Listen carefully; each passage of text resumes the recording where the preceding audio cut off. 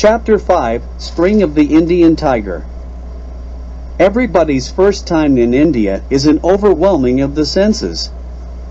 That moment you exit the plane and take in a nose and lung full of India is a test.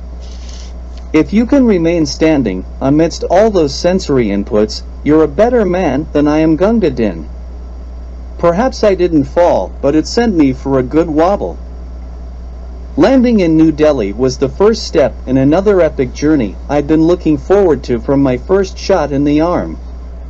Sandy sent me a number to call when I arrived at the airport, so I picked up my bag and looked for the nearest exit.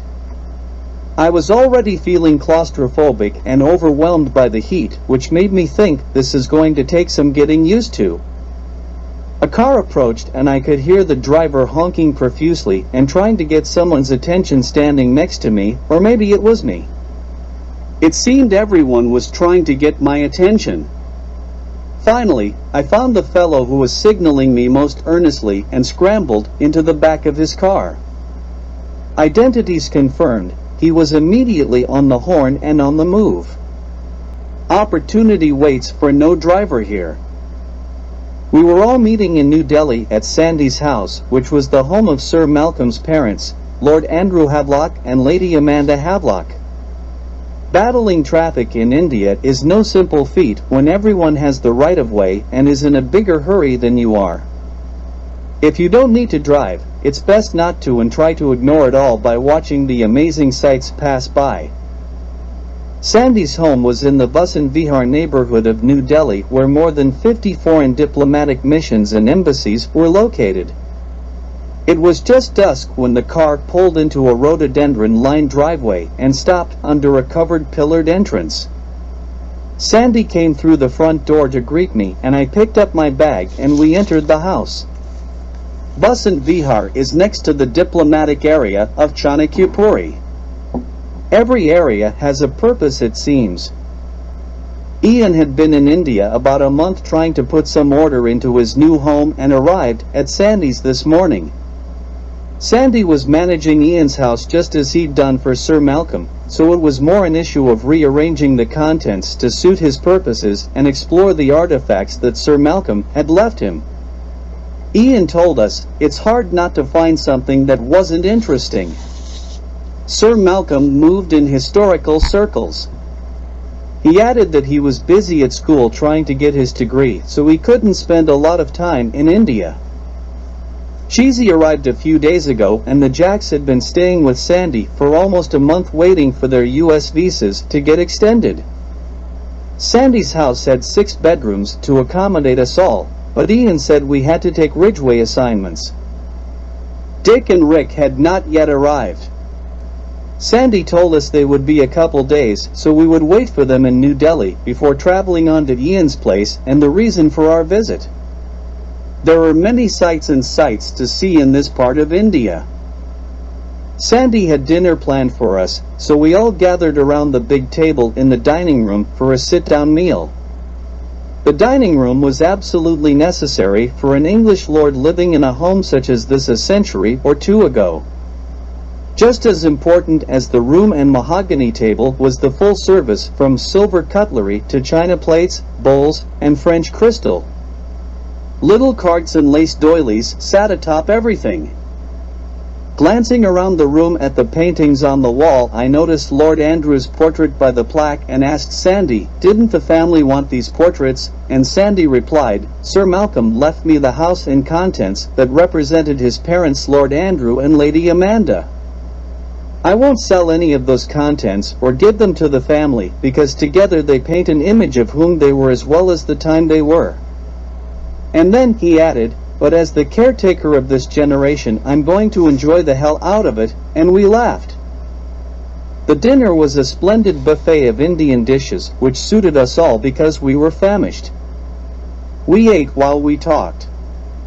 Cheesy asked Sandy if this was the kind of place he grew up when he was young, to which Sandy replied, this is exactly like the house I grew up in because it is the house I grew up in. My mother was one of 4 cooks that Lord Andrew employed. She was the Nan baker as well as having some other duties that I went with her while she performed.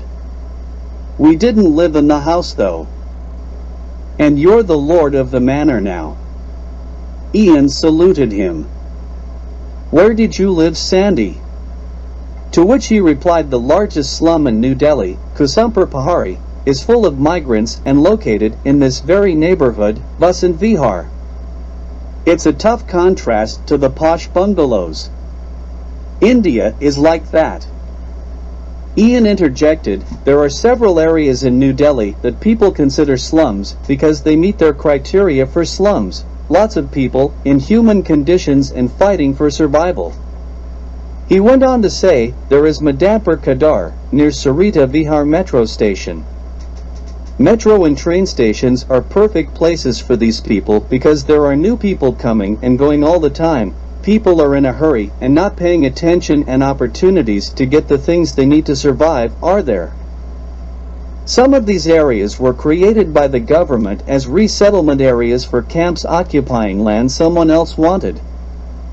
Sandy added, in that camp, they're rag pickers. You'll find the camps have something in common, like where the people are from or what they do to survive. The camp lacks safe drinking water and has horrendous sanitation problems.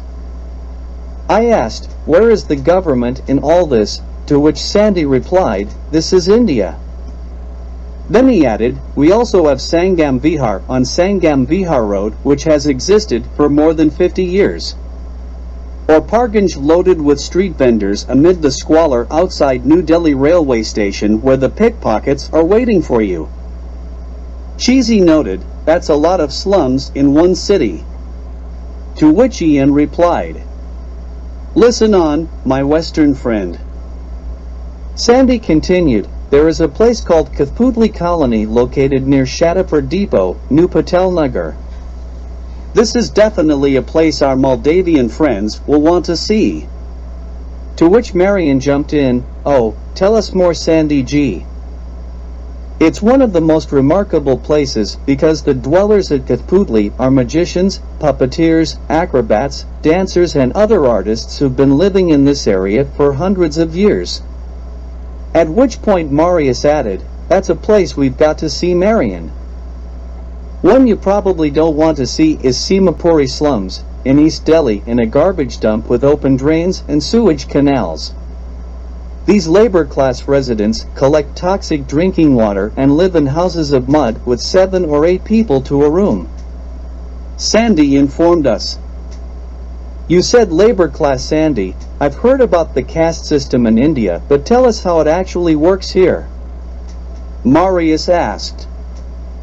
Sandy refilled his glass, took a drink, and said, Westerners think there are 5 castes, but really there are 4, and they relate to Hindu beliefs. The caste system divides Hindus into different castes based on their work and birth. Humanity has its origins in the different body parts of a god called Brahma. Who's Brahma, Sandy? Someone asked, to which Sandy replied, this is actually a creation story. There are 3 major deities in Hinduism, Brahma the creator, Shiva the destroyer, and Vishnu the preserver of the known universe. Brahma creates it, Shiva tries to break it, and Vishnu comes to stop him. This happens over and over every day in Hindu life, spiritually and metaphysically speaking.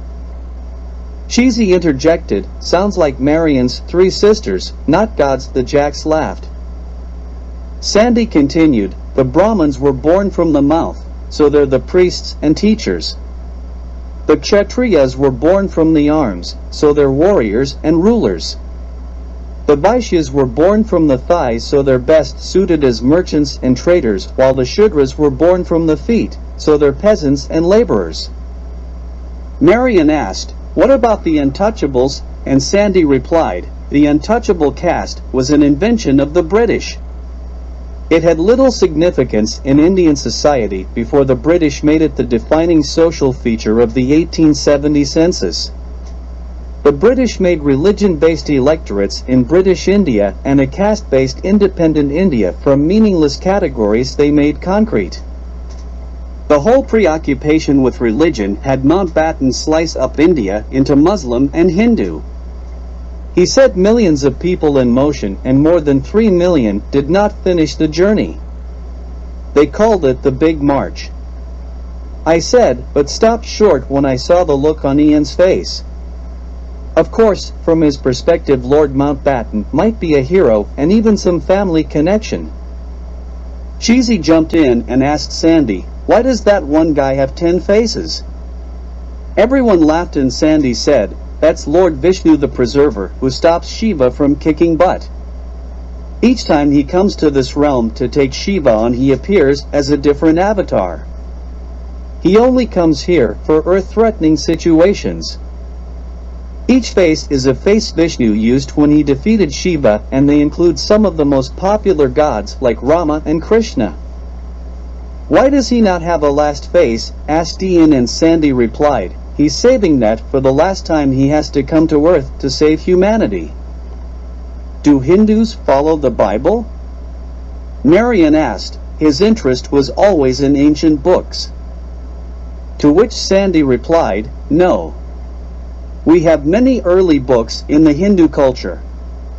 Since Indians invented writing with Sanskrit, we have been writing stories down. Indians also like a good metaphysical yarn. Early Hindu texts fall into 2 categories, Smriti or Smriti. Text that is said to be Smriti has been written down after the author heard the information from the source who was there. These texts are considered divinely inspired and reliable for belief. Text that is Smriti has been written down after being remembered. These writings are the products of the minds of great sages. How those writings get into the minds of great sages is a mystery. They could enter through a dream or meditative state, whether induced by herbs or be natural through training. Great sages must all be yoga masters before they can be anything else. This puts them in touch with their mind and body. Then Sandy said, "Back to the books themselves. The most venerated texts are the Vedas, which you may have heard referred to as the books of knowledge. These books were written 3,200 years ago, but they refer to a time even before that or a place that is not in this realm. Since the Vedas were only heard while in deep meditative states, they are Smriti, or those that were heard, so you can go ahead and add them to the other great laws of physics and chemistry. They are totally reliable as accurate history.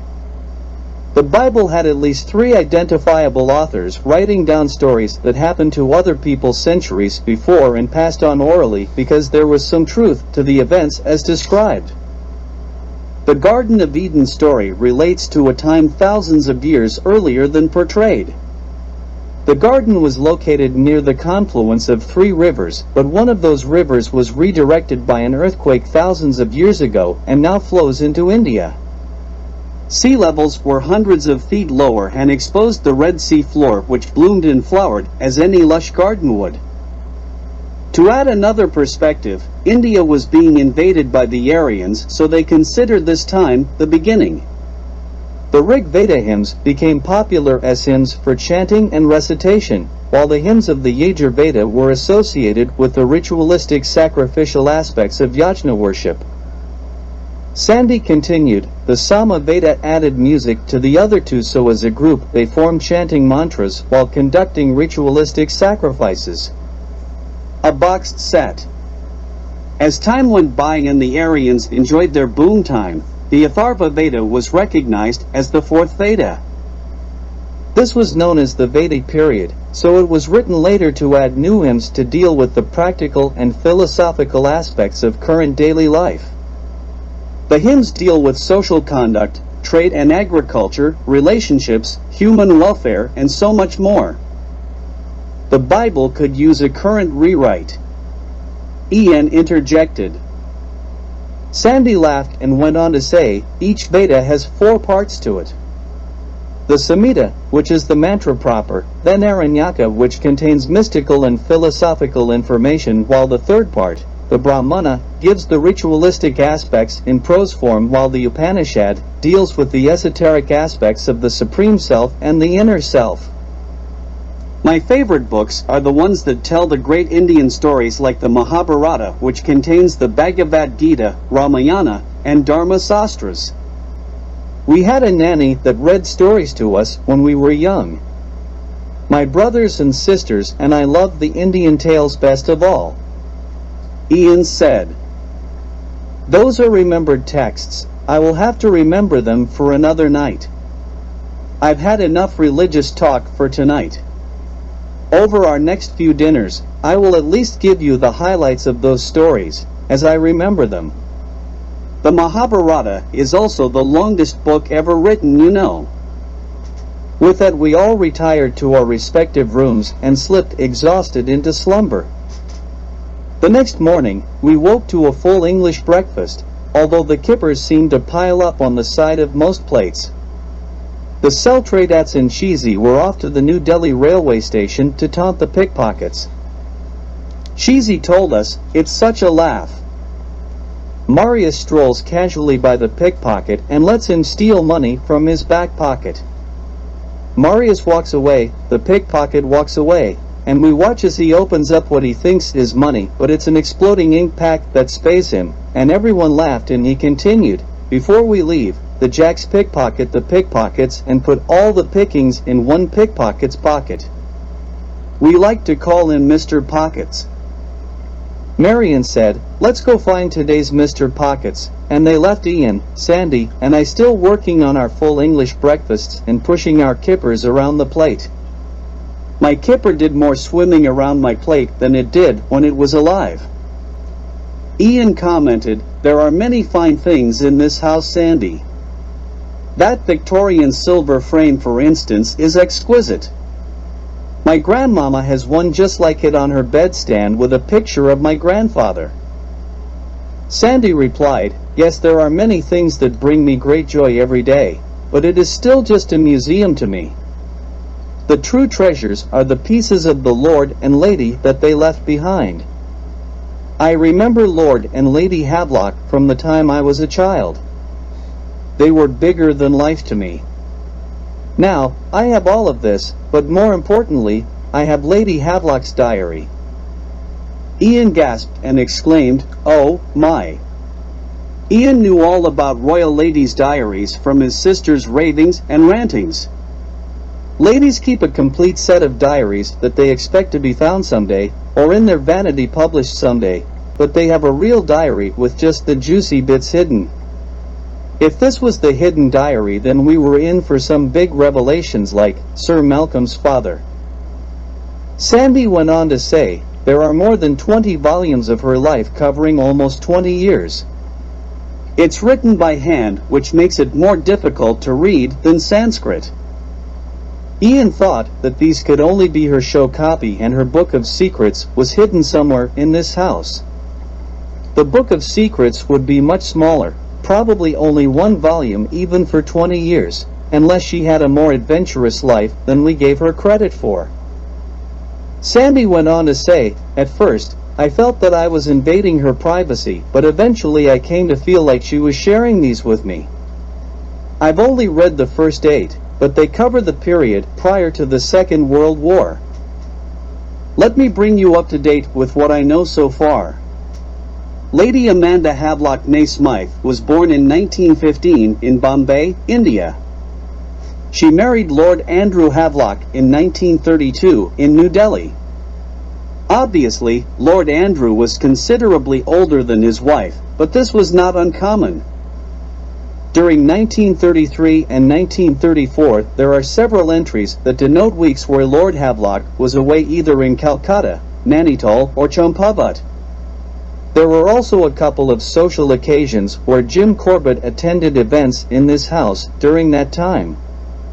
In particular, there was a birthday party for Lord Andrew on his 60th birthday. I know Jim Corbett attended because Lord Andrew was given a rifle by him personally, according to Lady Havelock. 5 years later, Lord Havelock was made the Chief Commissioner of Delhi. The British always believed in duplicating the political structure of Britain by having the same roles in India as they did in Britain. When that didn't work, in 1937 they divided India into 17 different regions, with some having governors and some having chief commissioners, but all reporting to the Viceroy in Calcutta. I said, the next few years will be interesting because Sir Malcolm will be a child and the Second World War should be rearing its ugly head. Ian said, so you left off in 1940, and Sandy replied yes. When Cheesy and the Jacks got back from teasing the pickpockets at the train station, we decided to go to Kathpootli Colony. Sandy had a nice car that fit us all, so we set out on what was supposed to be a 20-minute trip. I'm not sure, at this point, where Sandy is going to leave his car, but we sallied forth. Marius announced, it'll be like going home with all the magicians and acrobats, but we don't have a lot of calls for snake charmers, and Marion added, maybe we should. Ian added, I am especially looking forward to the puppeteers or Kathpootli performers to see how they stack up against Punch and Judy. I'm not sure what the difference is between a puppet and marionette. Cheesy jumped in, it's when you tie ropes onto Marion and make him dance, to which Marion replied, you don't have big enough ropes, Cheesy. Sandy filled us in on the colony's history, and I thought to myself, this is a colony within a colony. It started in the 1950s with puppeteers from Rajasthan, then street performers from Andhra Pradesh and Maharashtra began moving in. Marius asked, why do all the great puppeteers come from Rajasthan and the best street performers from Andhra Pradesh? And Sandy replied, remember the caste system as the Hindu gods intended. If you are made from Brahma's mouth, you are a priest. The people in these areas have passed down their crafts and trained their children and each other. Cheesy noted, that's the Cell Trottat way too, but they're good at everything. To which Marion replied, except snake charming. And that got a huge laugh.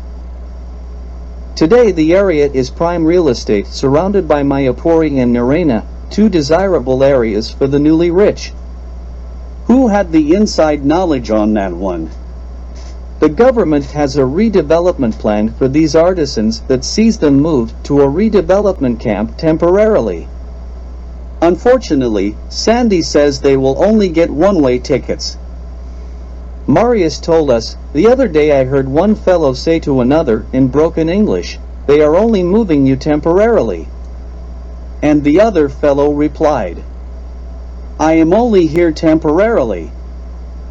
The trip from Basant Vihar to Kathpootli Colony took us only a few neighborhoods away, but we passed through so many worlds in the in-between. We passed the University of Delhi, a Buddhist temple and park area called the Buddha Jayanti Park next to another known as Bhagwan Mahavira Vanasthali Park. I said, it's such a beautiful area here that it makes you wonder why people don't just move in here and set up a camp under the trees. How does the government keep them out of places like these? Sandy replied, people from the West who are not immersed in their religion or are only moderately religious don't understand the impact that being Hindu, Buddhist, Muslim or Jain has on your everyday life. Each religion lives its religion daily, they are not just tithe members. You would never find people in this part of the world desecrating a religious monument or site such as these. The Buddha Jayanti Park commemorates the 2500th birth anniversary of Lord Buddha. Historically, Mahavira preached Jainism in ancient India and was a contemporary of Gautama Buddha. Mahavira taught observance of the vows of ahimsa for non-violence, satya which represents truth, astaya which teaches non-stealing, brahmacharya for chastity, and aparigraha for non-attachment. These are necessary attributes for spiritual liberation. Finally, we were at Kathpootli Colony and just at the right time. It was getting to be dusk, and the stages were starting to light up with activity. We could hear singers through microphones connected to amplifiers that were cranked past 12. Singers on stages were interacting with magicians doing card tricks while colored lights spun and flashed a migraine-generating light show. I loved the sitar and the drums. The puppets and puppeteers were amazing, wielding two-person animal puppets like camels, giant cobras, and elephants. When the fire breather looks your way, you'd best stand back because that projectile vomit is on fire. The Jacks took lots of pictures with the performers to forward to Uncle Sandu, who was managing the Jacks fan base and websites. Their fans had to know what the Jacks were up to and that they were still around. They planned to stop on the Riviera at the circus for a few performances before continuing their sabbatical in the States. The next morning Dick and Rick arrived, while the rest of us were eating breakfast. Everyone greeted everyone else, and Rick was introduced to Ian. A couple of chairs were pulled up and we continued consuming the overabundance that Sandy had laid out for us. Sandy asked Dick, "How are things on the sea?" To which Dick replied, "They're on schedule, I think." I ran into Senator Sheldrake's daughter at one of those West Point dances, and she was trying to tell me about it. Later on, when I danced with General Porter's daughter, she tried to sell me on picking up something down there with her. Then I dropped her off at the table and went over to the bar to get a couple drinks. Bigfoot and Hunch, some cadets I know, were standing, drinking at the bar. They told me they heard about this great real estate deal in the desert. It's like buying Palm Springs at Detroit prices. I asked, "Has anyone heard from Carl recently?" And Marius said, "Yes, Uncle Sandu talked to him yesterday and he said we have all the spots we wanted plus a few large desert areas that we can develop later or sell to developers as we go." That made everyone happy, so we turned our focus to the trip we were going to make to Ian's new place in Nainital. That trip was estimated to take 6 hours, but we assumed at least 50% more traffic and other potential issues. The area we're going to was in the foothills of the Himalayas, where things can go pear-shaped very quickly according to Sandy.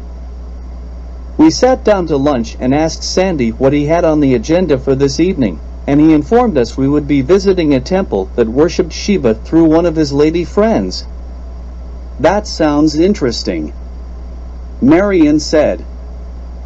"I sent some information to Cheesy so he can make a presentation on the goddess Kali while I finish off the Benedictine tonight. Are you ready for your big show to begin, Cheesy G?" Cheesy started his presentation with, "This story is about a young lady by the name of Kali. Kali's first appearance was in the Atharva Veda, where she was not a goddess at all, but played the part of the fierce black tongue of Agri, the god of fire. He had 7 tongues, so it was just a bit part." Everyone laughed. Skip ahead 400 years and Kali gets her first credit as she is described as an individual in her own right when she appears in the Devi Mahatmya as a battlefield goddess personifying the wrath of Durga. That's no small part, because Durga is a major star in Hinduism and wrath is a potent part of her being. Durga is the principal face of the mother goddess Devi and is revered among other Indian divinities. She likes protection, strength, motherhood, destruction, and wars. Not a great introduction for the dating game, but when Durga requires wrath, she brings out the Kali in herself. After the laughter he continued, Kali appears as a skeletal, frightening crone, colored black, wearing animal skins and carrying a katanga, a skull-top staff typical of tribal shamans and witch doctors. From there she began appearing in other texts of the period co-starring with Shiva. They were the first Bollywood couple perhaps. He stopping for laughs and just continued on. The Linga Purana describes how Shiva asks his wife Parvati to defeat the demon Daruka. Shiva and Daruka were having a dispute because Daruka attacked a Shiva devotee named Supriya and imprisoned him along with many others in his city of Darakavana. The city under the sea, as it was known, was inhabited by sea snakes and demons. Shiva's wife Parvati had actually given Daruka the skill to do that. Daruka could only be killed by a woman, so Parvati merges with Shiva and reappears as Kali to kick butt because she's Shiva's wrath just as she was Durga's wrath. The problem is that she really liked kicking butt, and the only one who can calm her down after a good butt kicking is Shiva. Cheesy continued, in the Vamana Purana, Shiva addresses Parvati as Kali, which pisses her off to no end, and she shakes off her dark complexion, generating Kali as a separate entity. Kali is often associated with Shiva and regarded as the Shakti or power of Shiva, and Shiva is Kali's consort. They star in many Puranas together, and when she is Shiva's better half, she plays it differently than Parvati, who is soothing to him and all you are great Shiva. In one legendary battle with the demon Raktabija, Kali is manifested by Durga to deal with a bad situation. Apparently, every drop of blood the demon loses turns into a clone of him and ramps up the fight. Kali grabs a vessel and fills it up with the demon blood, drinking it right down before it hits the ground. Call on Kali when you need decisiveness and resolve. It seems to me I've seen that trick used elsewhere. Kali's one tough lady, that's for sure. Marion said, and then Cheesy continued, in yet another story, Kali is summoned by a group of criminals who decide to sacrifice a human to her image. They choose a young Brahmin monk so good that his saintliness shines so brightly it burns her statue that they are using to worship her.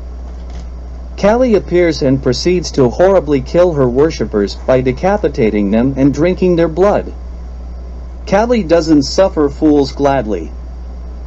Cheesy stopped for a moment to catch his breath and take a drink, then continued, there are also tantric teachings, which are a collection of ancient magical stories and folk practices that exist alongside the Vedic tradition. These convey the wild tribal origins of Kali more faithfully than the Vedic text does. To which Marius asked his brother, that's more like it, don't you think, Marion? Marion nodded his agreement. Cheesy continued, one of the meanings of Kali's name is force of time. In that phase she is considered to stand outside of the constraints of space and time and have no permanent qualities. She existed before the universe was created and will continue to exist after the universe ends. Limitations of the physical world such as color, light, good and bad, do not apply to Kali. She's a symbol of Mother Nature herself, displaying primordial, creative, nurturing, and devouring in turn, but ultimately loving and benevolent. In that avatar she is referred to as Kali Ma, Mother Kali, or Divine Mother. In tantric meditation, Kali's dual nature of beauty in life and reality in death shows one cannot exist without the other. Shiva, as destroyer of worlds, stands outside the boundaries of the physical universe and is well complemented by his association with Kali. I wonder if they know Nai. I thought. On our trip to the temple later that day, we decided to take the Magenta line to Kalkaji Mandir, also known as Kalkaji Temple, dedicated to the goddess Kali. Hindus believe that the image of goddess Kalika in this particular temple is self-manifested, and the shrine dates back to Satya Yuga when the goddess Kalika incarnated and killed the demon Raktabija. According to a Hindu legend, Kalika Devi was born at the site where the temple is situated today. It's believed to be the holy shrine where one gets the blessings of goddess or Mother Kalika for the fulfillment of one's desires. Sandy instructed us, we simply followed him and emulated everything he was doing, or so we thought. It was the first time in a Hindu religious establishment for any of us other than Sandy. We provided tributes of flowers and poured milk over a lingam. The temple's an interesting place, and we spent about an hour looking at the statues, pictures, icons, documents, and even conversed a few English-speaking devotees. Our return trip gave us another opportunity to see the extremes of India as we passed through just as many posh areas as slums on our way back to Sandy's posh bungalow. The next morning, we took Highway 9 to escape New Delhi through Hapar and then fast-tagged it to Moradabad. Sandy had rented an extra car, several of his friends were doing the driving. This was an epic journey. Crossing the Ganges for the first time sent a shiver up my spine. I'd been reading about this river for so many years and knew about its importance in Indian culture. Sandy told us the Ganges hadn't always flowed across the top of northern India if you believe the stories that predate our current accepted knowledge of history. In fact, 10,000 years ago it didn't flow at all because it didn't exist. Satellite images of the area, including Pakistan, display the remains of an ancient river called the Saraswati. The Saraswati ended at a site known as Dwarka, home of Krishna, arguably the most popular deity in India since he starred in the Mahabharata, a very important Hindu text. Many early people of northern India made their homes on this river system until an earthquake changed the direction of the Saraswati to become the Ganges. Most of the people migrated with the water. Hopefully they migrate with the water that Dick's dad and grandfather are putting in the Salton Sea. I said. Sandy continued, one of the earliest and largest cities on earth was located in the area of the Saraswati known as Mohenjo-daro. It has never been fully explored due to current political issues. Even though Mohenjo-daro is a Hindu site, Lord Mountbatten, in his infinite wisdom, decided to put it on the Pakistan side of the new border. Perhaps Lewis had an important dinner date that evening or a polo match early the next day. Things began to change as we hit the 65W through Baspur on our approach to the mountain ascent. This part of the world was fairly close to Jim Corbett Park, which was only 15 km east of here as the Tiger runs. The park runs for hundreds of miles under the Himalayas, ending in the largest tiger reserve in the world, Kaligar Tiger Reserve. The terrain began to climb significantly and the trees closed in on us. When they cleared, the views got better and better as the air got to thinner and thinner. One mountain gave way to the next and one valley followed after another valley on what seemed to be endless string of undulating waves. By the time we reached our destination and the mountains finally snapped shut on us. This must be tiger country, I thought. The lake at the bottom of Nainital looked similar to the Salton Sea in shape. Nainital rose above the lake and offered a picturesque view of the community below. Navigating through Nainital to Ian's house was made more difficult by the fact that every road seemed to be named the same. It was more a case of knowing where you were going by sight and landmark than by following any addresses or street signs. The house was extremely remote, without a neighbor on either side, just very rugged jungle in the form of streams, trees, and hills. I remember looking around when I got out of the car just in case a pair of eyes was watching me, but of course I would never see them. Nainital, in the Kumaon region of India's Uttarakhand state, was formerly a British hill station. Colonialism is evident by the colonial buildings and other trappings the British enjoyed. A cable car runs to Snowview. Why walk? The house was modest by Ian's standards, but considering the location, it was gorgeous. A one-floor plan that seemed to stretch out forever, reaching to every edge of real estate. Then, perched on the edge, provide an observation porch. Sandy gave us the tour and Ian handed out the bunking assignments. Dusk was approaching, so we gathered food from the platters Ian had laid out for us onto our plates and converged on the porch overlooking the vast forest below and the amazing peaks above. We're caught in the middle world, much like most religious existences. We can see heaven and we can see hell, perhaps. Ian asked Sandy about cults in India. I read about the Burari deaths in New Delhi a couple of years ago. Apparently 11 members of a family died in a house in the Burari area following an occult ritual gone wrong.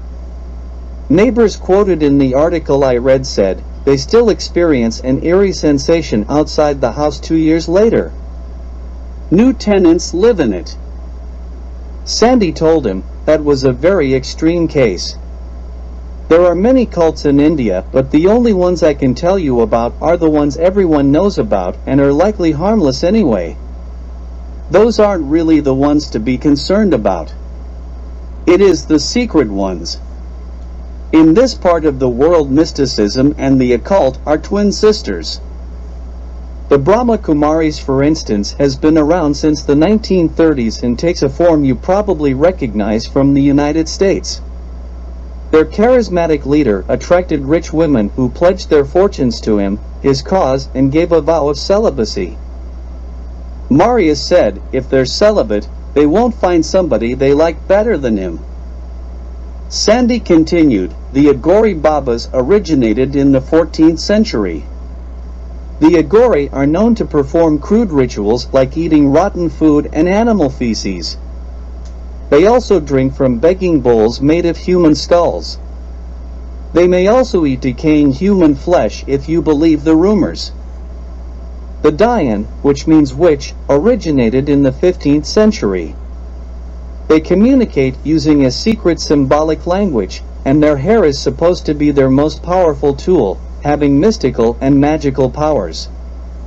The belief that the Dayan exists is strong in rural parts. Who is to say what is witchcraft? To which Marian added, of course they exist, if you have the books and develop the skills. There could be many witches and warlocks, depending on your definition. Callie had connections with the Thugji, didn't she? Marius asked. Sandy replied, yes, the Thugji originated in the 14th century. They were professional assassins who would befriend a group of unwary travelers and then murdered them, dispose of their bodies, and steal their valuables. A cult of people engaged in mass murder and theft. I think they were in one of the Indiana Jones movies. I asked, when will we be spreading the ashes, and Ian replied, we can do it tomorrow if everyone is comfortable with that. The GPS location is very close to this house. I can show you exactly where if you like. He pulled out a topographical map of the area and showed us where the house was. There is a path that runs from the house to this glade, which is about 20 minutes to get to during the day. You can double that coming back uphill. Cheesy said, have you been there since you arrived? And Ian replied, yes, I went there last week to scout it out before we go tomorrow. It's strange how you're in such a dense jungle and then all of a sudden this opening appears. You can tell Sir Malcolm, or someone, spent time there because there was a bench, fire pit, firewood, and a water barrel. Sandy added, I've also been there now that you pointed out. I often walked with Sir Malcolm, and he has taken me to this spot on several occasions. There are two benches back to back actually, one faces the forest path, and one faces the view into another valley. Dick said, I wish I could see it. And Ian said, you can. Come with me. And he took us to a room in the house where computer equipment drove monitors connected to viewing cameras around the house as well as cameras located in the forest. This is tiger country. The infrared cameras made everything visible but tinted red instead of green. The bench was in the middle of the glade surrounded by thick forest trying to encroach on the 10-meter ring. The glade looked man-made, so I assumed Sir Malcolm created it for himself, but why did he monitor an area so far away from the house? Maybe 20 minutes downhill is not as far as I thought it was. Sandy told us, I read a few more volumes of Lady Havelock's diary last night, would you like an update? And Dick said, if we can also watch these cameras in case something comes by. Ian said, they're motion sensitive so they'll begin to record if something walks by. Sandy said, where did I leave off? And Ian replied, 1940. Okay, we know Lord Andrew was Chief Commissioner at that time and he had just turned 60. Jim Corbett, his buddy, had given him a rifle for his birthday. Lady Amanda knows Jim Corbett. Sir Malcolm is 5 years old. Cheesy said, he already got the baby pith helmet and stick, and I added, the mustache was just coming in, and we all laughed. Sandy continued, over the next few years it was difficult because the war was in full swing and the Quit India campaign against colonialism placed Lord Andrew smack in the middle as Chief Commissioner. During that time there were the usual trips to Calcutta to meet with the Viceroy as well as to Nainital, and in particular this house. I looked up the deed, and Lord Andrew did own this house, but willed it to Sir Malcolm upon his death in 1955. The purpose of his trips here are not entirely clear. Lady Amanda made several trips to Nainital as well, sometimes accompanying Lord Andrew and other times while Lord Andrew was away tracking and photographing tigers with Jim Corbett. Sir Malcolm made a few of the journeys with Lady Amanda. In those days, the trip we just made would be a much more arduous journey to an even more remote area. We need to find Lady Havelock's secret diary as well as Lord Andrew's and Sir Malcolm's diaries to know the whole story. Ian said, "Sandy, are you still looking for the Lord and Lady's diaries in New Delhi?" And he nodded. Then Ian continued, "And I will continue to look for Sir Malcolm's here. In fact, feel free to poke around anywhere in the house and look for them if you like. There are lots of places he could hide a volume or two." He didn't seem like a man of many words. Unless he was telling a tiger story. Sheezy added, "Did you read any more, Sandy?" Ian asked, and Sandy said, "I left in 1946, just after the war, and Lord Andrew had retired from public service." The next morning when we woke, Ian informed us he had a plan and would like us to join him. He told us, "While I'm here in India, I'm going to train to be a yoga master, and Sandy, a qualified teacher or guru, will lead me. It would be a shame to make this journey alone, so anyone who wants may join in." Sandy added, "It will be less than half a day every day over the next month while you are here, and will involve mind and body exercises that will require hard work. We should still have time to complete our agenda in India and immerse ourselves in the culture of the area." Rick was the only one who opted out due to recent surgery, and he didn't feel it was something he wanted to do. He was happy to explore the local town while we trained. Then someone suggested that he have a go at finding the diaries. Now that we had that settled, Ian picked up the urn with Sir Malcolm's remains and said, "Let's get ready, those making the journey." And of course, everyone came. Paths seemed to run off in every direction in the forest. I was trying to watch where I was going as we descended, but it was dense, and this was tiger country. We didn't hear any game or birds, which made it feel kind of eerie. Two streams were crossed, or perhaps it was the same stream twice. It was hard to tell. Some great vistas overlooking the valleys in between appeared when the sun shone through the occasional crack in the canopy. The trees in this region of India included oak, chestnut, walnut, ash, rosa musk, Himalayan cypress, rhododendron, and pine. One tree that stands out amongst them all was the hill maple, a sacred tree whose bark was used to make tonics, stimulants, and blood purifiers. The flowers of this tree are dioecious, meaning individual flowers are either male or female. Perianth of the male flowers are bell-shaped, and the female flowers are bluntly toothed.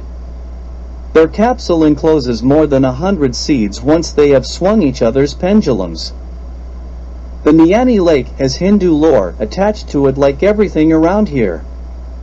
It's believed that Shiva carried Sithi's body around the universe before Vishnu cut her body into 52 parts with his Sudarshan chakra weapon. The body parts fell to earth to become sacred sites where all people can pay homage to the goddess. The lake is believed to be the place where Sithi's eyes fell and came to be called Nainital, or Lake of the Eye. There's a belief that the lake goddess will claim one white person a year. Finally, we broke through the dense forest, and I saw the glade for the first time as it spread in front of us. The glade seemed suddenly cool from the breeze rather than warm from the sun as I stepped into it. We mingled around the bench, and Ian reached into the bag he was carrying and pulled out the urn. Marius and Marion never met Sir Malcolm and Cheesy, and I only had last summer with him. Ian met him half a dozen times in this life, but Sandy spent his whole life with Sir Malcolm, So he gave the eulogy while Ian waited to disperse the ashes. You touched many lives, Sir Malcolm, including those who have made the journey here today and those who made your journey before you. Nobody has made a longer journey through more turbulent times, but your love for tigers and for this country sustained you through it. Be reborn here again as we let the wind carry you across the Indian soil. Then Ian released the contents of the urn just as a gust of wind came up and spread them across the entire glade. The walk back up the hill was much slower and even quieter as reflected on what Sir Malcolm meant to each of us. When we reached the final slope, Rick came running out of the house and called us. The camera has caught something you won't believe. We all scrambled into the study to see the computer screens on the table, and specifically the one showing a tiger lying on its back in front of the bench in the glade we had just left. Less than half an hour ago we were there, and now it's the tiger and Sir Malcolm. The tiger appeared to roll around on the ground where Ian had released the ashes, and then it laid on its back again. None of us had sufficient skills to determine the sex of the tiger. Eventually, the tiger left on the same path it had arrived on, according to Rick. Then Rick added, even better news, I found some diaries in a secret hiding spot. Apparently, while looking around for the diaries, he knocked a picture off the wall, and when he tried to replace it, he realized there was a space behind the wall. Once he pried off the board, a pocket with 3 books revealed itself. He handed the books to Ian, who opened the first one and said, "This is Lord Andrew's diary." "They all are." "Very interesting. Let's sit down and read some." We all got beverages and sat around the table while Sandy and Ian took turns reading the diaries out loud. Sandy said, "Listen to this entry. A gang of killers set a village aflame today. I was told they hacked men, children, and the aged to death, then carried off the young women to be raped.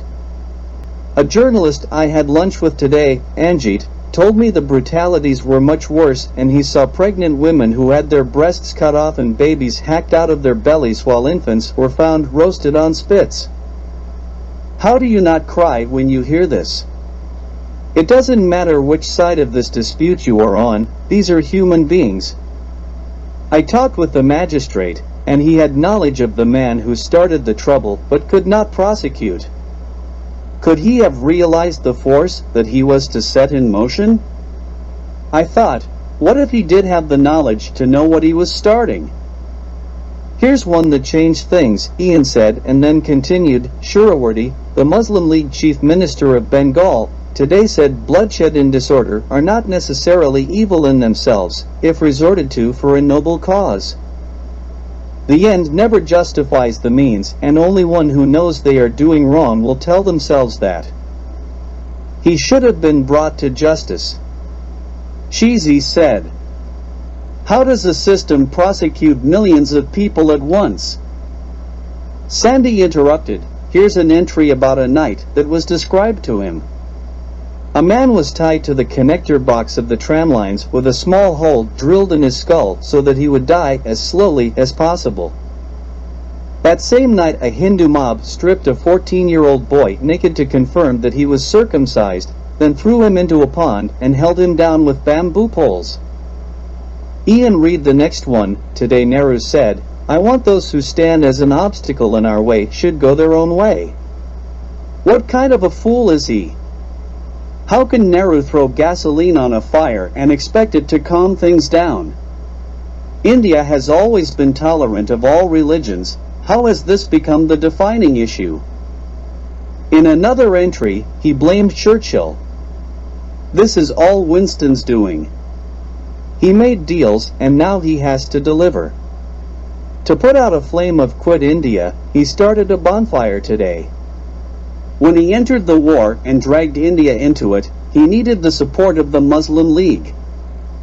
I think what he's saying here is that when Churchill dragged India into the Second World War and Gandhi's Quit India plan was against him, the Muslim League supported him. Now he delivers Pakistan and Bangladesh as separate Muslim states. The same thing happened at the end of the war when he used religion to partition Palestine, or when the British partitioned Ireland 100 years ago. I interjected.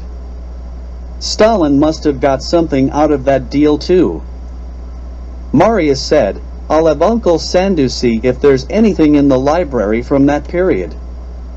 You never know. Sandy continued, here's one. Cyril Radcliffe is a pompous twit. These borders are ridiculous. People moving both ways across the Punjab, why? What's he thinking? How do such incompetent people get put in charge? Rhetorical question. And later an entry says, at the stroke of the midnight hour, when the world sleeps, India will awake to life and freedom. But no name was noted as to who said that. Jawaharlal Nehru. Ian said, listen to this one. Foot caravans of refugees fleeing the violence stretched for 50 miles today. The passengers carried everything they owned, going to a place they had never been to find whatever is left there. As they went, mounted guerrillas burst out of the tall crops that lined the road and mowed them down like sheep. I'm looking for the names of those responsible for this, as it occurred very close to here. The magistrate is a man known to me. Cheesy said. What do you think he meant by that? And nobody wanted to say anything. His next entry read, refugee trains bursting with families and their belongings when they started out were attacked at every stop along the way. Less people got on at each stop, and those on the train were dragged off and beaten to death. When the train came to the border, it was dripping a trail of blood. When the doors were open, it was revealed that everyone in the car had been hacked to death. Those responsible will relive that night. Marion asked, what's this partition he talks about? And Sandy replied, let's start that story with Mahatma Gandhi, because he was a big factor in partition and the Quit India campaign. Gandhi was actually a lawyer in South Africa before returning to India and adopting the loincloth as a symbol of his identification with India's poor in 1921. He fathered the non-cooperation movement with events like the collection of clothes to later be symbolically burnt. Gandhi did this as a result of the Jallianwala Bagh massacre, also known as the Amritsar massacre, that occurred a couple years earlier. A British Army officer named Dyer opened fire on an unarmed gathering of thousands of men, women, and children without warning. Dyer killed 379 people and wounded 1,100 more, but the Indian National Congress estimated 3 times that number died that day. He went on to say, they had the Round Table Conference on Peace and Gandhi was the sole representative of the Indian National Congress. Gandhi began his campaign of non-cooperation again, prompting Indians to return British awards and honors, to resign from civil services, and to boycott British goods. Ian said, Lord Andrew was around to witness this at a high enough level to be a significant player. Gandhi opened up membership in the Indian National Congress to everybody, even the poorest Indians. Then he halted the non-cooperation movement after the violent incident at Chauri Chaura, where protesters participating in the non-cooperation movement clashed with police, who then opened fire. Demonstrators set fire to the police station, killing everyone inside. 3 civilian deaths and 22 policemen were killed in the melee that followed. These were Gandhi's people who committed the atrocity, and he could not support them anymore. Muslim leaders began to move away from Congress, which was under pressure from Hindu interest organizations not to make concessions to Muslim political demands. Ian said, Muslims did not have the representation that their numbers supported to be called equal representation. Sandy said, yes, that's true. Muslim representation in future central government assemblies was reduced to a quarter, rather than a guaranteed third, as demanded by Muslim political organizations. In the 1930s, Gandhi launched further All India civil disobedience campaigns based on full independence from British rule. A day of peaceful protest in Peshawar met with violence from the British military, resulting in over 200, mostly Muslim civilian deaths. India then instituted separate electorates for Hindus and Muslims, in which the Indian National Congress wins big and the Muslim League fares very badly. So badly, in fact, they didn't even hold power in any of the Muslim-majority provinces. Sheezy jumped in, "That's just not cricket." Sandy went on to say, in the 1940s, the British unilateral declaration of war on Germany on behalf of India created an anti-war stance, with the Quit India campaign leading to the arrest and imprisonment of Indian National Congress leaders. Jinnah and the Muslim League agreed to cooperate with the British government and support India's participation in the war, while putting forward the two-nation theory and the idea of Pakistan, and as the eventual payoff by Winston Churchill. By 1945, the defeat of Churchill and the election of a Labour government together with Muslim election returns escalated riots and atrocities in northern and eastern India. This was an area of India that would have affected Lord Andrew greatly. Sir Malcolm would have been a young soldier by then, wouldn't he? To which Sandy replied, "Yes." Sandy said, Mountbatten, unprepared for the potential increased violence, advanced the timeline for partition to less than 6 months. Partition was seen as the only solution for both parties, so in June 1947, Viceroy Louis Mountbatten broadcasted a rushed and incoherent partition plan to Indians, announcing British withdrawal in just 2 months. That would have sent all the pendulums of India into rapid motion, I thought. People had to leave their homes and take their belongings on the journey, while other people were waiting to take what they left behind, including their homes. Many didn't wait for current residents to leave and beat them to death to be the first to get their belongings, he said, wiping a tear from his eye. Sandy composed himself and continued, the predominantly Hindu and Sikh areas were assigned to the new nation of India and predominantly Muslim areas to the new nation of Pakistan. The social ruptures and atrocities that accompanied the time-compressed partition plan were mind-boggling and particularly close to Lord Andrew.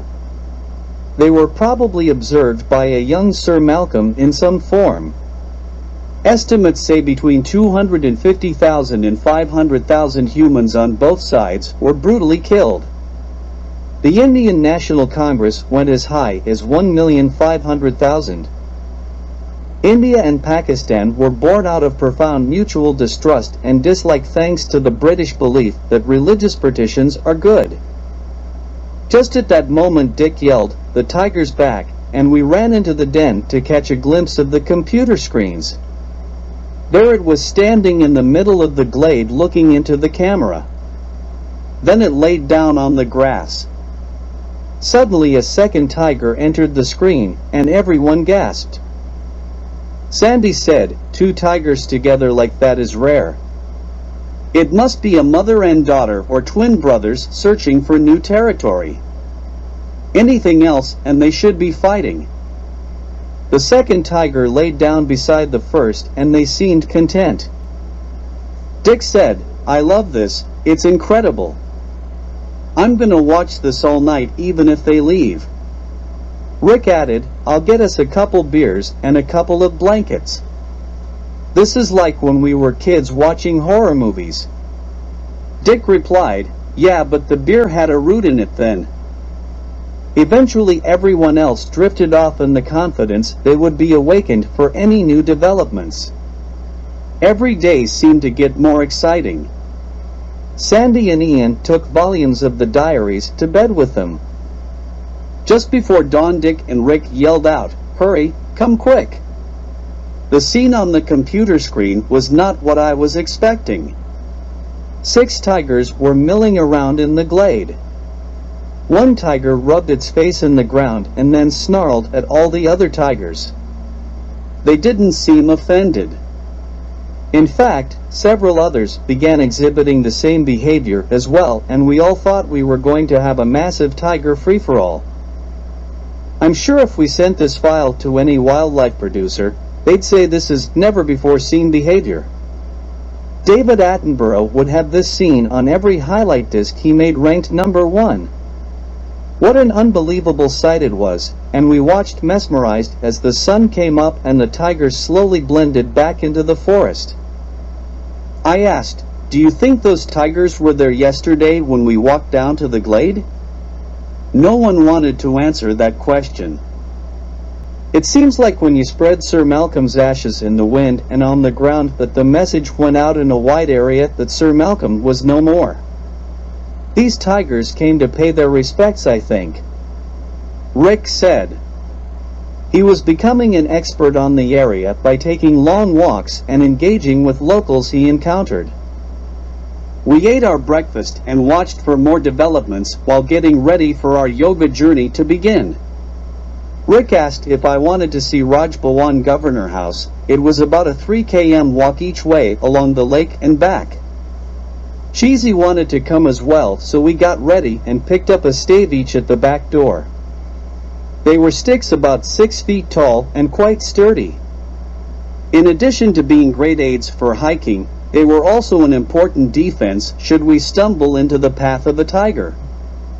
This is tiger country. We headed down the path to the road, and I was a bit jittery to be honest, and found my way into the middle of the group. They say you don't have to outrun the tiger, just the other people you're with. I should have picked a slower group. Rick was very comfortable in this environment and seemed at ease, so took point in Dick's vernacular. He pointed out items of interest he had seen on other walks around town. It amazed how you could be walking through a forest or desert or slum and then all of a sudden, a huge colonial structure pops out of nowhere with all its pomp and circumstance. The Raj Bhawan Governor House was such a building with square turrets, round turrets, columns, and arches. And of course, a long flat lawn that stretched to the forest edge. In better days, there were probably peacocks roaming the grounds. The rain was again threatening, so we made haste back to Ian's place to begin our yoga session. Sandy had sent us background information to read before beginning our first session this morning, so we could ask questions. When we got back, Sandy and Dick had laid out yoga mats for us all in a semicircle with Sandy's mat in the center. We all took our positions and did our best to sit properly, but looking back now it seems so ridiculous. Sandy began, yoga became popular in the West when it was introduced by Swami Vivekananda in the United States. Outside India, yoga developed into a posture-based physical fitness, stress relief, and relaxation technique. Traditional Indian yoga includes physical exercise, meditation, and spirituality.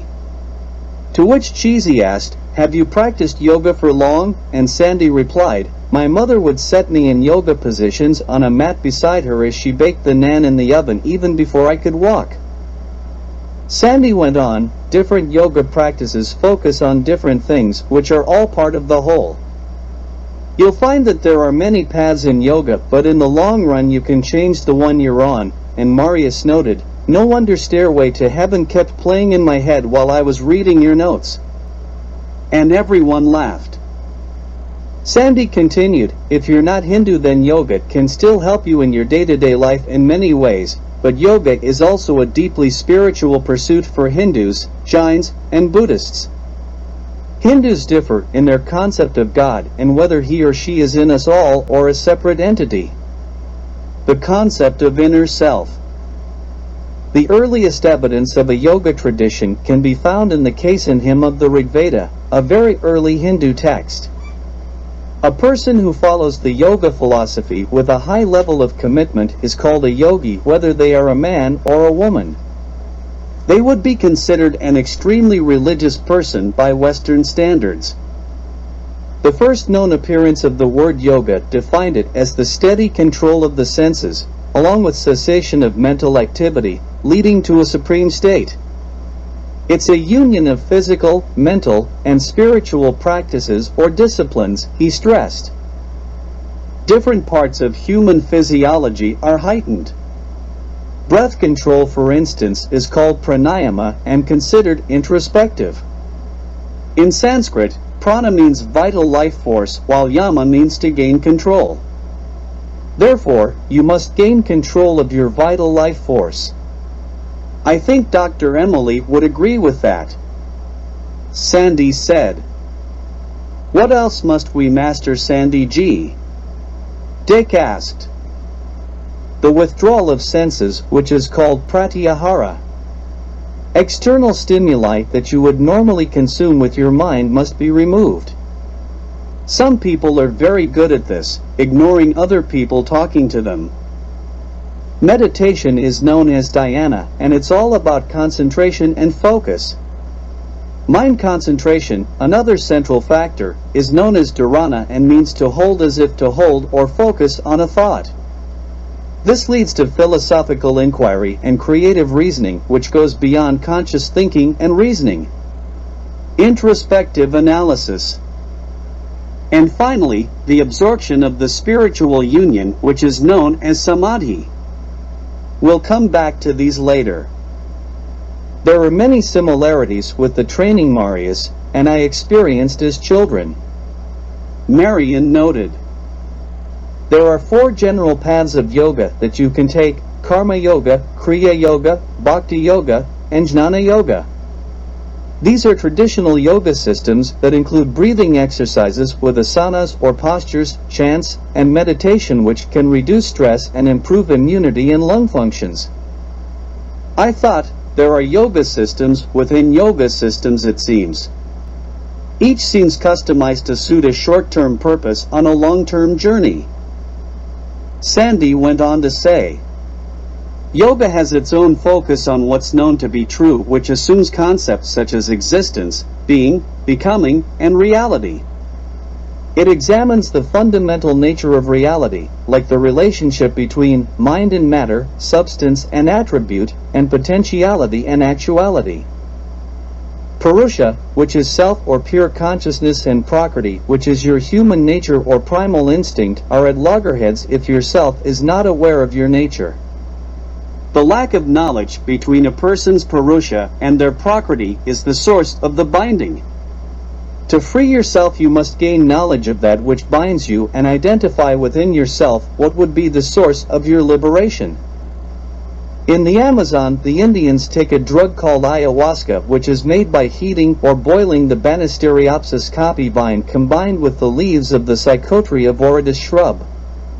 There are some modifications by specific tribes, but the active chemical is always the same, DMT or dimethyltryptamine. Marion told us and then continued after a short pause, DMT is a hallucinogenic tryptamine drug that produces effects similar to those of psychedelics, like LSD or magic mushrooms, but to a much higher level. The Indians take it in an overnight ceremony to induce introspection. Non-Indians find introspection in this depth to be life-changing. Sandy said, that's exactly what this is, introspection. Understand your inner self. Gunas theory states that 3 gunas or innate tendencies are present in different proportions in all beings. These gunas produce a fundamental nature and psychological disposition for being. Perhaps these are related to vital force, I thought. What would Tesla think?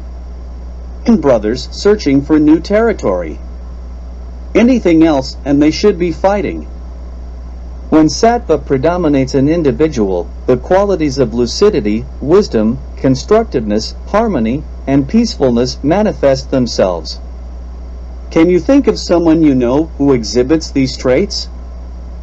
When rajas are predominant, then expect attachment, craving, passion-driven activity, and restlessness to manifest themselves. When tamas predominates in an individual, then ignorance, delusion, destructive behavior, lethargy, and suffering manifest themselves. This is not the person you want to know, and certainly not the one you want to be. Gunas theory underpins the philosophy of mind within the yoga school of Hinduism. Patanjali differs from the Samkhya school of yoga by incorporating Ishvara, or a version of God. Hindu scholars have debated whom or what Ishvara is, from defining him or her as a personal god with spiritual significance to the individual or self. Is that vague enough? Is he nigh? I wondered. It was a great first session, and we were all looking forward to learning how to meditate and sit properly, but the background gave us some perspective to make this more than just an exercise journey. Perhaps it was being in India, but the spiritual nature of yoga appealed to me. For another hour we learned how to sit, focus, and block. It was our intention to explore the town around the lake, but the rain set in, and at this time of year Sandy told us it was very wet in this part of India. Many shrines are located on the lake because of its sacred Hindu association. When the rain stopped, we grabbed walking staves by the back door and headed off to the Hanuman Garhai shrine, a 3-kilometer walk away. The shrine showed Hanuman ripping open his chest to reveal an image of Rama and Sita, a scene from the Ramayana. When we returned, it was time to watch the glade and listen to more of Lord Andrew and Lady Amanda's diaries. Sandy began with Lady Amanda's diary. I believe I left off in 1951. The next entry after that begins: Andrew has sent me to Hisar to engage several people with an offer of jobs in Nainital at Governor House. I am to locate Anapreet Dayal, Jasneev Kapoor, and Lata Batra. Each will be offered 200 rupees to relocate to Nainital and begin work next month. After leaving Hisar, I must travel to Bareilly, Aligarh, and then on to Amritsar. A very long journey from start to finish. Many jobs are being offered. Ian interjected, "It almost sounds like Lady Amanda was rounding up people and sending them here for some reason. I wonder who these people were." Sandy replied, "There are maybe 20 entries like that over the next few months, and even years with names, amounts, and locations." They weren't all sent to Nainital. There were several sent to Champavat, and quite a few went to Haldwani. Both are towns which are not far from Nainital. Do her diaries end there? Marius asked. No, Sandy replied. She goes on to talk about Lord Andrew's mental and physical health deteriorating, but between her traveling and his traveling they rarely spend time together until his death in 1955. Didn't Jim Corbett die in 1955? And Ian replied, "Yes," and I said, "Let me see if I can get more details on the web." When I found what I was looking for, I said, "This is unbelievable." Jim Corbett left for Kenya in November 1947, just before partition, but at the start of the Big March. His citizenship was Indian because his life was so similar to Sir Malcolm's, having served in the military and being raised in India during these times. It continues to get more bizarre because Corbett also spent time in Haldwani, which came to be known as Corbett's village. Corbett and the villagers built a wall around the village to keep wild animals out of the homes.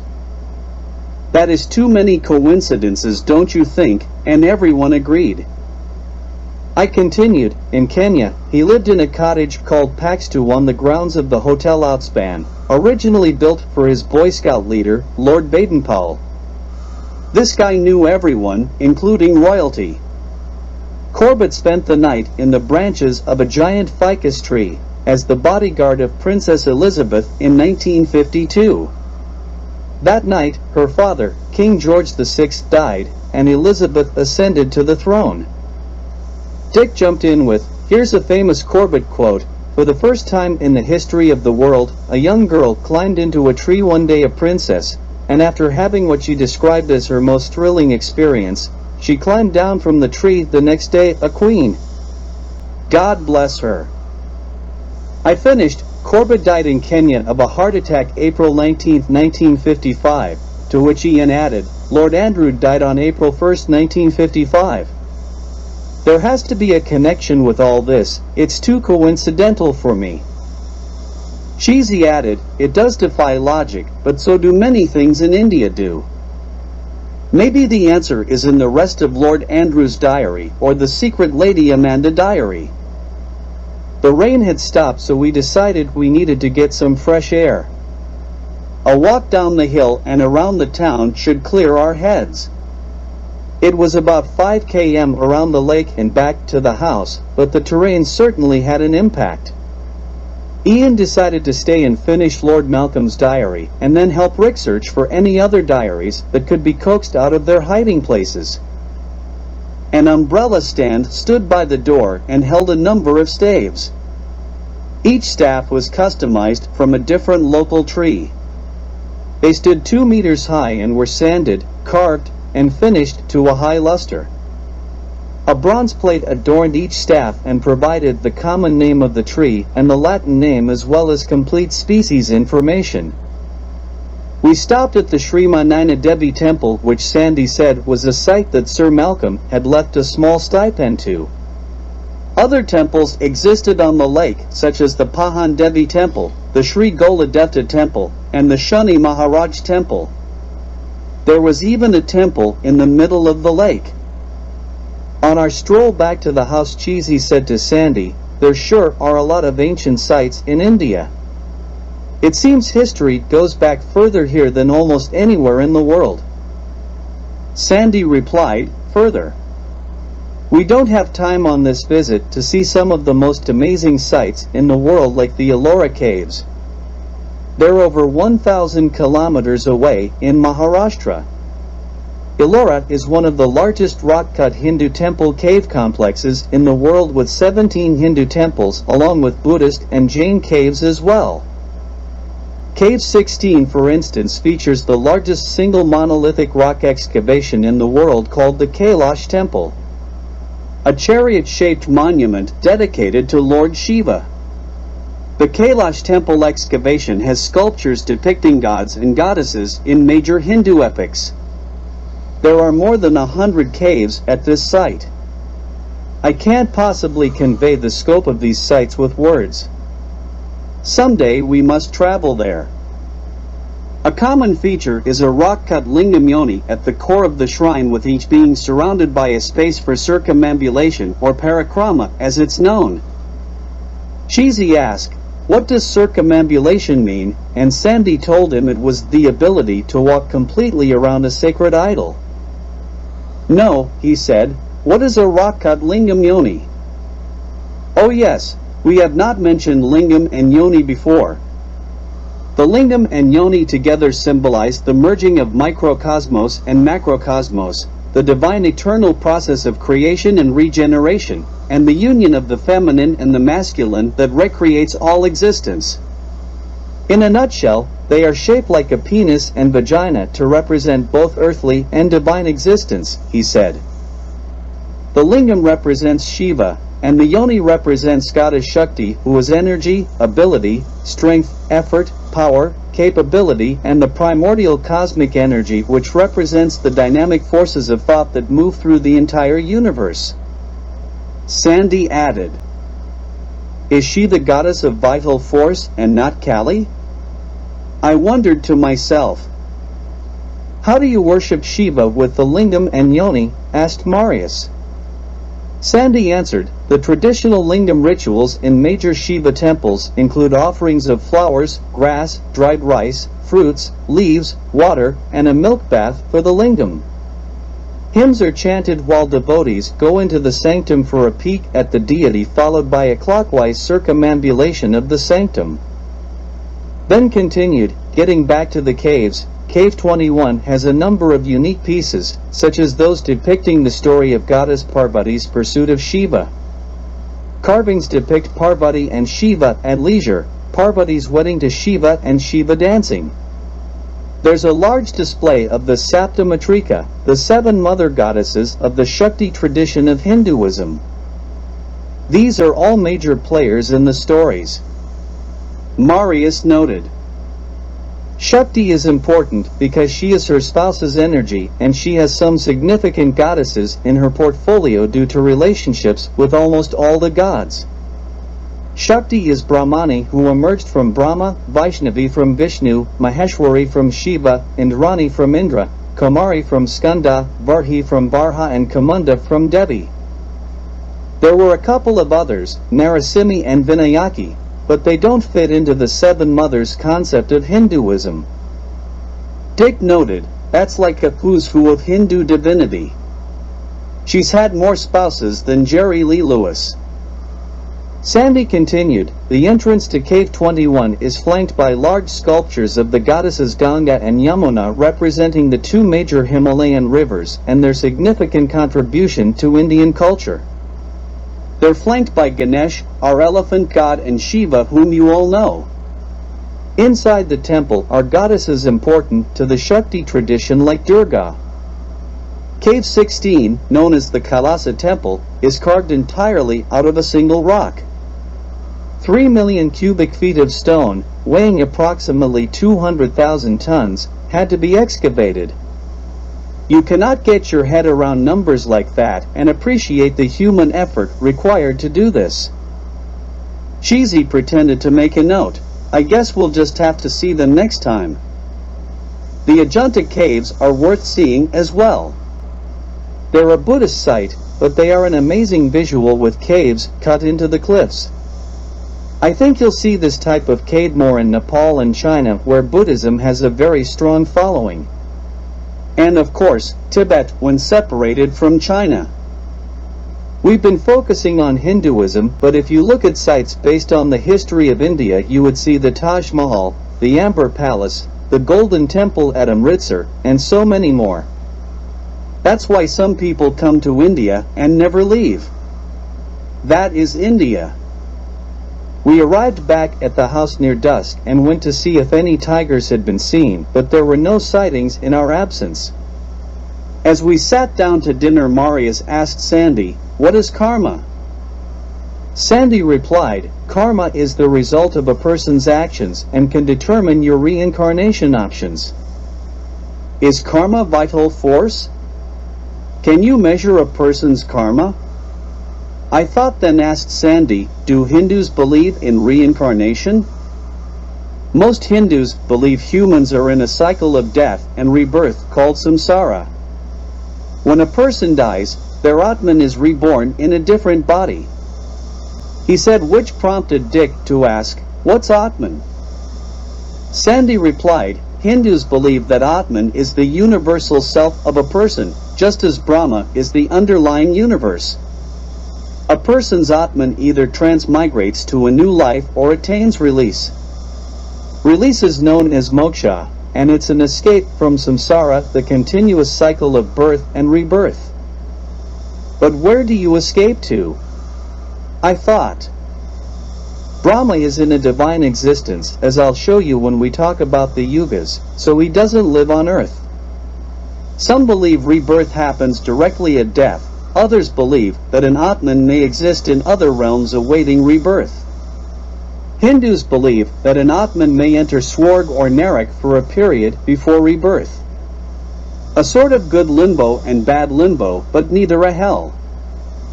Every time you educate us, Sandy, there are just more and more questions.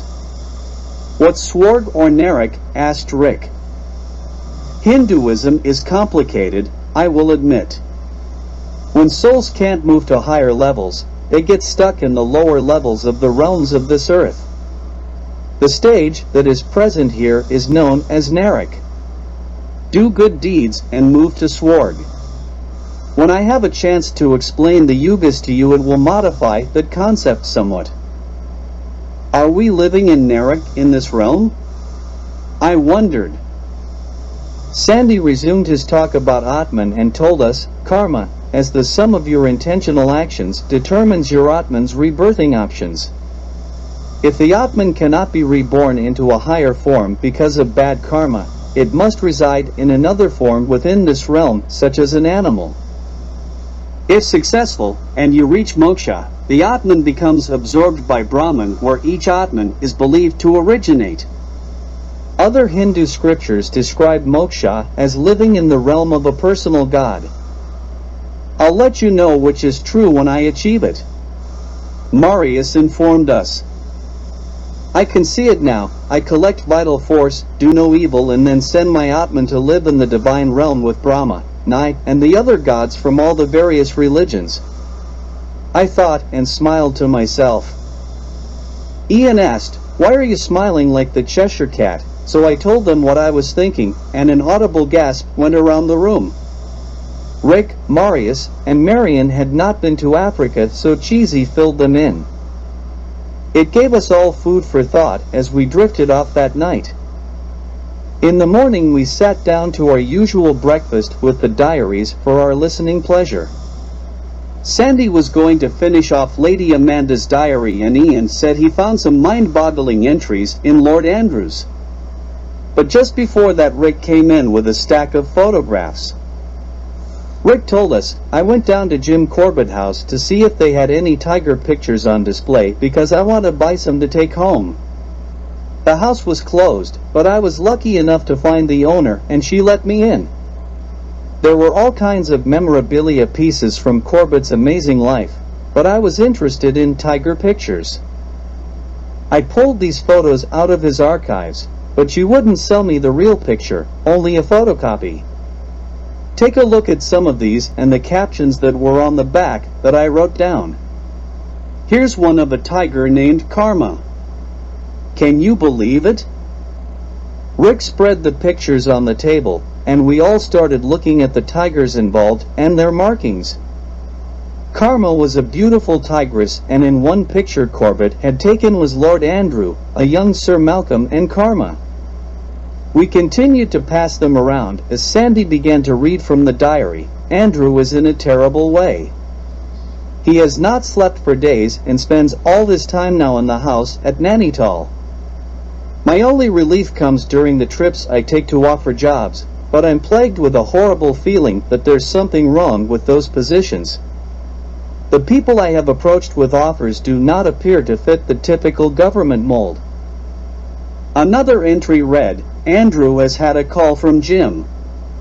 I'm afraid things are getting out of hand.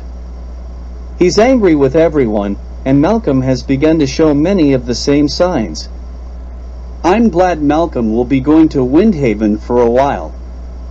Perhaps Andrew will be over whatever is plaguing him by the time he returns. Still another read, Andrew has gone to the glade. I've not seen him for hours, and it's very dark now. I fear for him, but if anyone knows these forests, it's Andrew or Jim. The next entry read, Andrew returned home this morning looking very haggard. He would not tell me what was going on, but I sense he is not the man I married. I know partition has hit him very hard, but he is taking it too personally. He tells me, we stood by while evil ran rampant. If we're good people, then why did we do nothing? Eventually he would shorten it to only why did we do nothing? Another one read, I tried to tell Andrew we were good people, but can ants fight an elephant? His reply was, a billion ants should be able to kill one elephant. Ian interjected, if she knew more about what Lord Andrew was doing, she would have said. Maybe her secret diary will tell us, but we do have some new information from Lord Andrew's diary. Information you may or may not believe, but I want you to hear the exact readings before you make up your mind. Marius said, you've tweaked our interest, my English friend. Ian began, Jim told me he looked into the eye of the Champabat tigress when he killed her. That was almost 40 years ago, and the vision still haunts him today. When the tigress made her final leap, he said he saw Shiva in her eyes.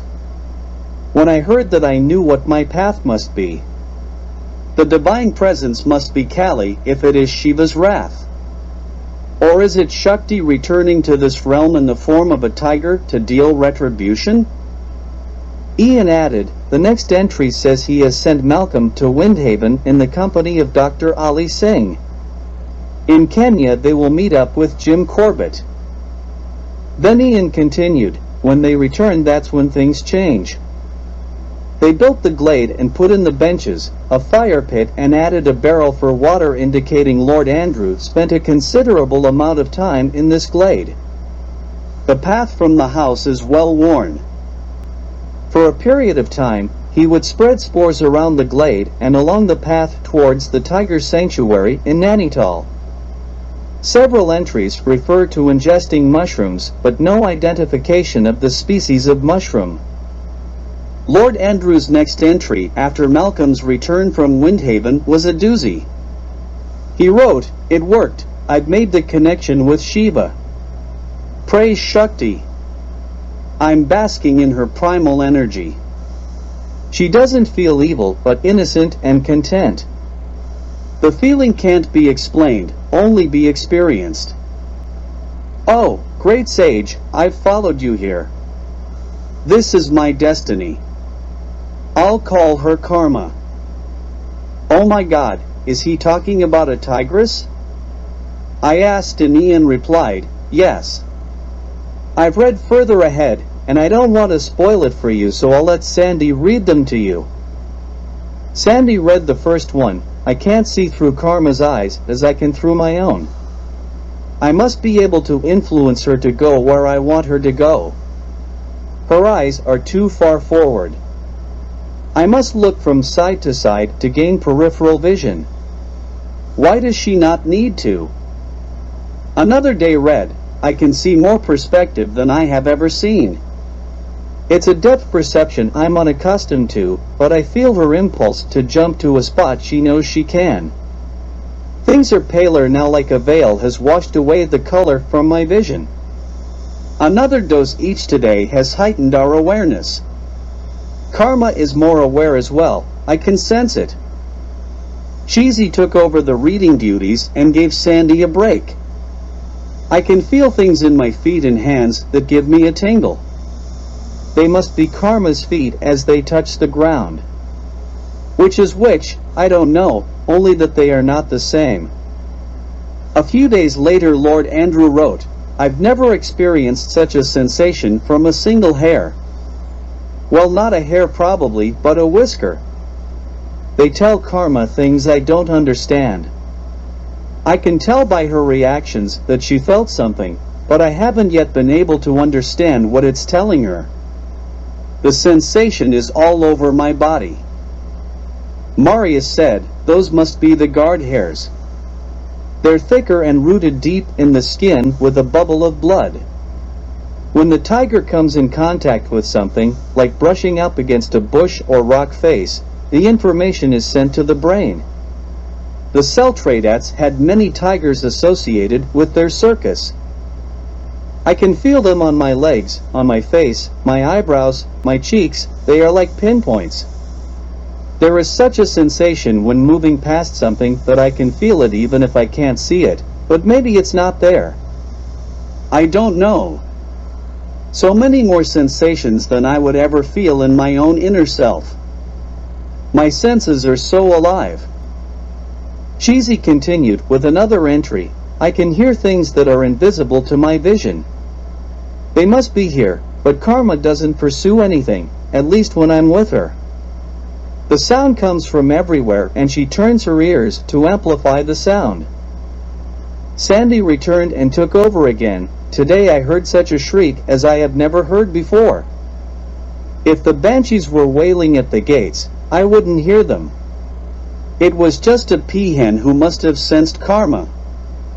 The shriek was deafening.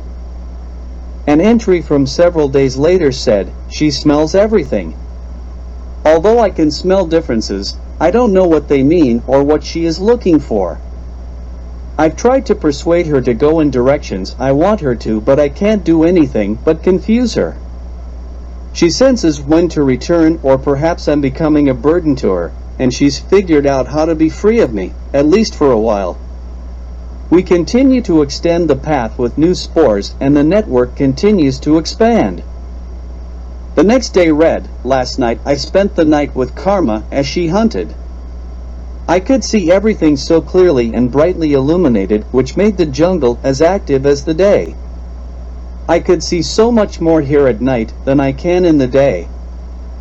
Karma's instincts are firing at an unbelievable rate when she senses prey is near. I can feel she is hungry, but I wonder if she could feel my hunger. Would that make her hunt to feed me? When she saw her prey, I thought I would lose control. It was a calf from a neighboring farm, and Karma had the advantage. The calf had no idea she was so close. The wind was gently blowing in her face. I just let her go as much as I could and watched through her eyes while feeling everything she felt. Ian added, tigers have more rods responsible for visual acuity of shapes in their eyes than cones, which are responsible for color vision. That helps greatly with night vision. The increased number of rods allows them to detect movement of prey in darkness where color vision wouldn't be useful. Marius added, it gets better than that, Ian. We studied tigers for centuries for circus acts, and I learned that tigers have something behind the retina. What's it called, Marion? Marion replied the tapetum lucidum, I believe. It gives tigers better night vision. It's a mirror that reflects light back into the eye and gets all of the light available to create a brighter image. That's why their eyes glow at night when you shine a light on them. The mirror is bouncing light back at you. Human eyes have a lot of light absorbed to the back of the eye and things won't be as bright to us. Marion added, their pupils are much bigger than ours to allow additional light to go in at any time. Even in the low light of day or in forest patches of darkness, they should see things brighter than we do. They stay in the darkness and look out. The Celtradates had some very famous cats over their history. Raja and Sita were legendary in the Soviet world and produced decades of stars to follow. The entry continued. She curled her upper lip and then smelled it. I don't know what the odor was. I've never inhaled it before. Then suddenly she was off and attacked the calf, giving the first growl and roar I experienced as a passenger in this vessel. It was guttural and primal. Karma surprised the calf from behind and leaped on its back. She held on with the claws of all her paws, firmly grasping the calf. The tigress seemed to rub her face on the calf's neck before she bit into it with her large dagger-like teeth. It seemed to me she was looking for a warmer area or the warmest area. Where is Lord Andrew's body while his consciousness is in Karma? Cheesy asked, and Marius said, I'll bet you it was in the glade, but how is he communicating over the distance between them? I can breathe and smell things when she bites into the flesh, ripping it apart. I can still smell while she eats and what she is eating. The flavor is so very mild, or perhaps that sense is not yet developed by me. Sandy said, that's the last one for about 2 weeks. I think he was probably going out with Karma and learning how to control her. But he has not told us how he does it or where his body is. Ian said, some of that is explained, but he doesn't tell us how. I'm hoping one of the other diaries fills us in. But continue on because there are still lots of revelations to come. Cheesy took over reading for a few entries. I must learn how to control Karma and learn how to navigate her to where she needs to go. We began to build a route to Governor House from the glade. It is only 1.5 kilometers away, but through some difficult terrain. That shouldn't be a problem for Karma. She can remain undetected. She must pass the Alpine Club just north of the glade. Then crossed over Tiffin Top and proceed to the golf course. Karma can cross the golf course and approach the main grounds of the Governor House from behind without being detected at night. The entries continued as Lord Andrew taught himself to navigate Karma to where she will need to go. He talks about the transition from sensory impulses of touch and feel to cognitive inputs from within his self to Karma's consciousness. It seems he is developing a path with spores of a particular mushroom for some reason. It seems this is linked to his ability to communicate with Karma. The glade has been prepared with the mycelium and fungal threads are apparent. I have meditated in the glade with Karma next to me. Through meditation I have begun to achieve a higher connection with her even in times I am within myself and she in herself. She's read. Karma took me past the Alpine Club and to the apex of Tiffin Top today. The view we had was amazing. Humans showed their location by the lights of their buildings. Even when they moved out of their buildings there was enough radiant light to easily follow their progress for quite a distance, he continued after taking a drink. The golf course is devoid of human activity, but there is an abundance of prey which Karma smells all around. She sniffs the ground repeatedly. This is an ideal hunting ground with the wide open fairways and greens surrounded by great ambush locations. This caused a bit of stir in the audience, and we took a small break to regain our objectivity. Sandy took over the reading. Finally, I can see Governor House. I spent the night touring the grounds, finding the best ambush position for our prey while remaining unseen. Annapreet Dayal, Jasneev Kapoor and Lata Batra were all hired for evening security patrol. The squad was paid a premium for evening and overnight patrols. Another entry read, I saw Annapreet and Lata tonight on the early patrol which ended at midnight. Throughout the night I watched for Jasneev, but did not see him. I'm ready, Karma is ready, and we are ready. The next entry read, Annapreet Dayal waited by the railway track until a train was stopped by a tree placed across the rails. It was Annapreet who opened the door on the railway car which held 42 refugees huddled together. None left the train. Tonight, Annapreet Dayal will find out where his Atman will be reborn. Karma will dictate his path. Oh my! This is giving me shivers. Marius said and Marion replied, only because you believe it to be true. A lot of nodding confirmed his assessment.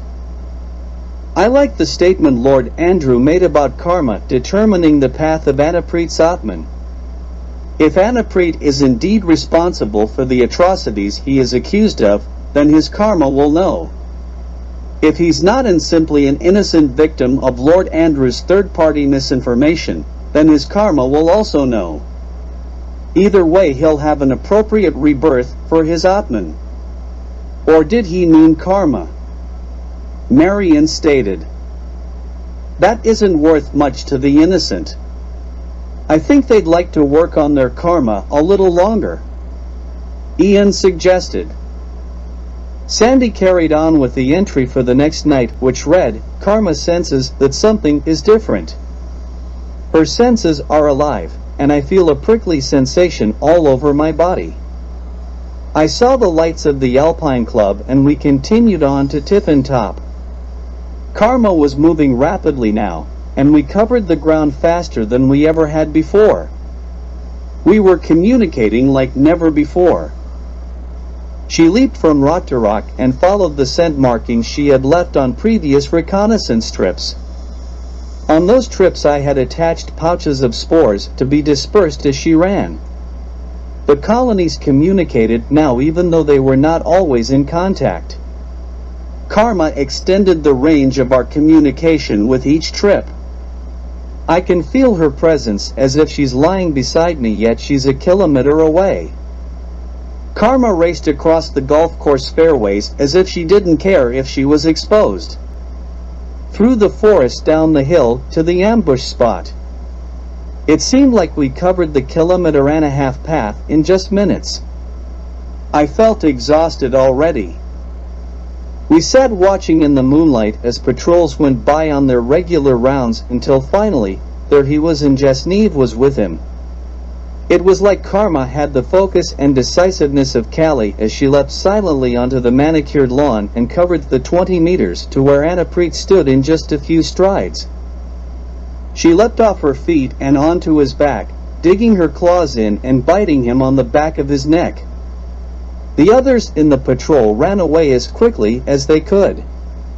No one came to his rescue even though they were holding their security batons. I saw Jasneev running away, and Karma released her bite on Anaprit and pursued Jasnev. Jasnev tried to open a door, but it was locked, and Karma was able to leap onto him and bite the back of his neck. I could sense that he fell limp and Karma dropped him. As I looked around, there was no one still in the vicinity, and Anaprit and Jasnev were having their Atmans rebirthed. Karma knew it was time to return to the glade. She raced to the forest cover, up to the golf course, and headed for Tiffin Top. I could hear noise behind us as people began to arrive to try and assist the victims. When she got to the top of the hill, Karma looked back, and I could see people with lights gathered by the edge of the forest, but nobody was venturing in. It seemed to me like she strode triumphantly back to the glade that night. Karma sensed she had pleased me or done well and was content with that. I don't know if I've pleased myself. Is this justice or revenge? That's truly the most amazing story I've ever heard, even if it's not true.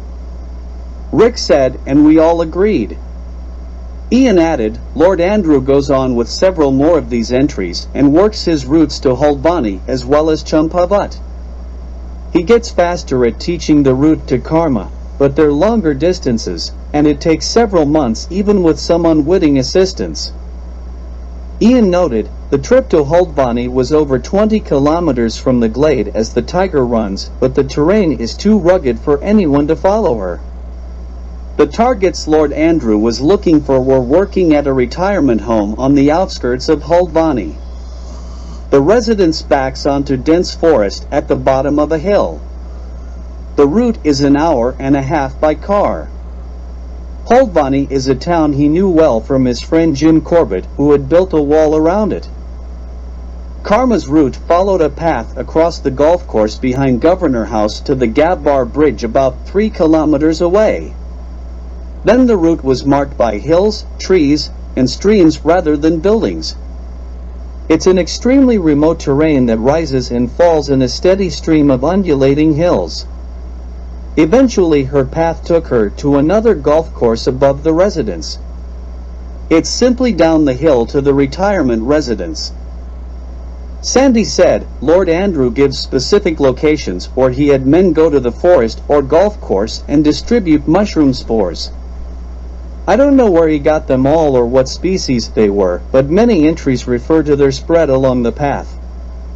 I have the name of a Swami he mentions within the same breath as the mushrooms, so I think I will look for him. Then an entry read Kaksu and Kaish Kumar are twins. They coveted a large house owned by a Muslim family which had to leave. The brothers were not content to wait and didn't want all the contents to be taken, so they decided to speed things up. They blocked all the exits to the complex and released baskets of snakes into the area and house. By daylight, all of the occupants were dead. Those who had not been bitten by the snakes took their own lives.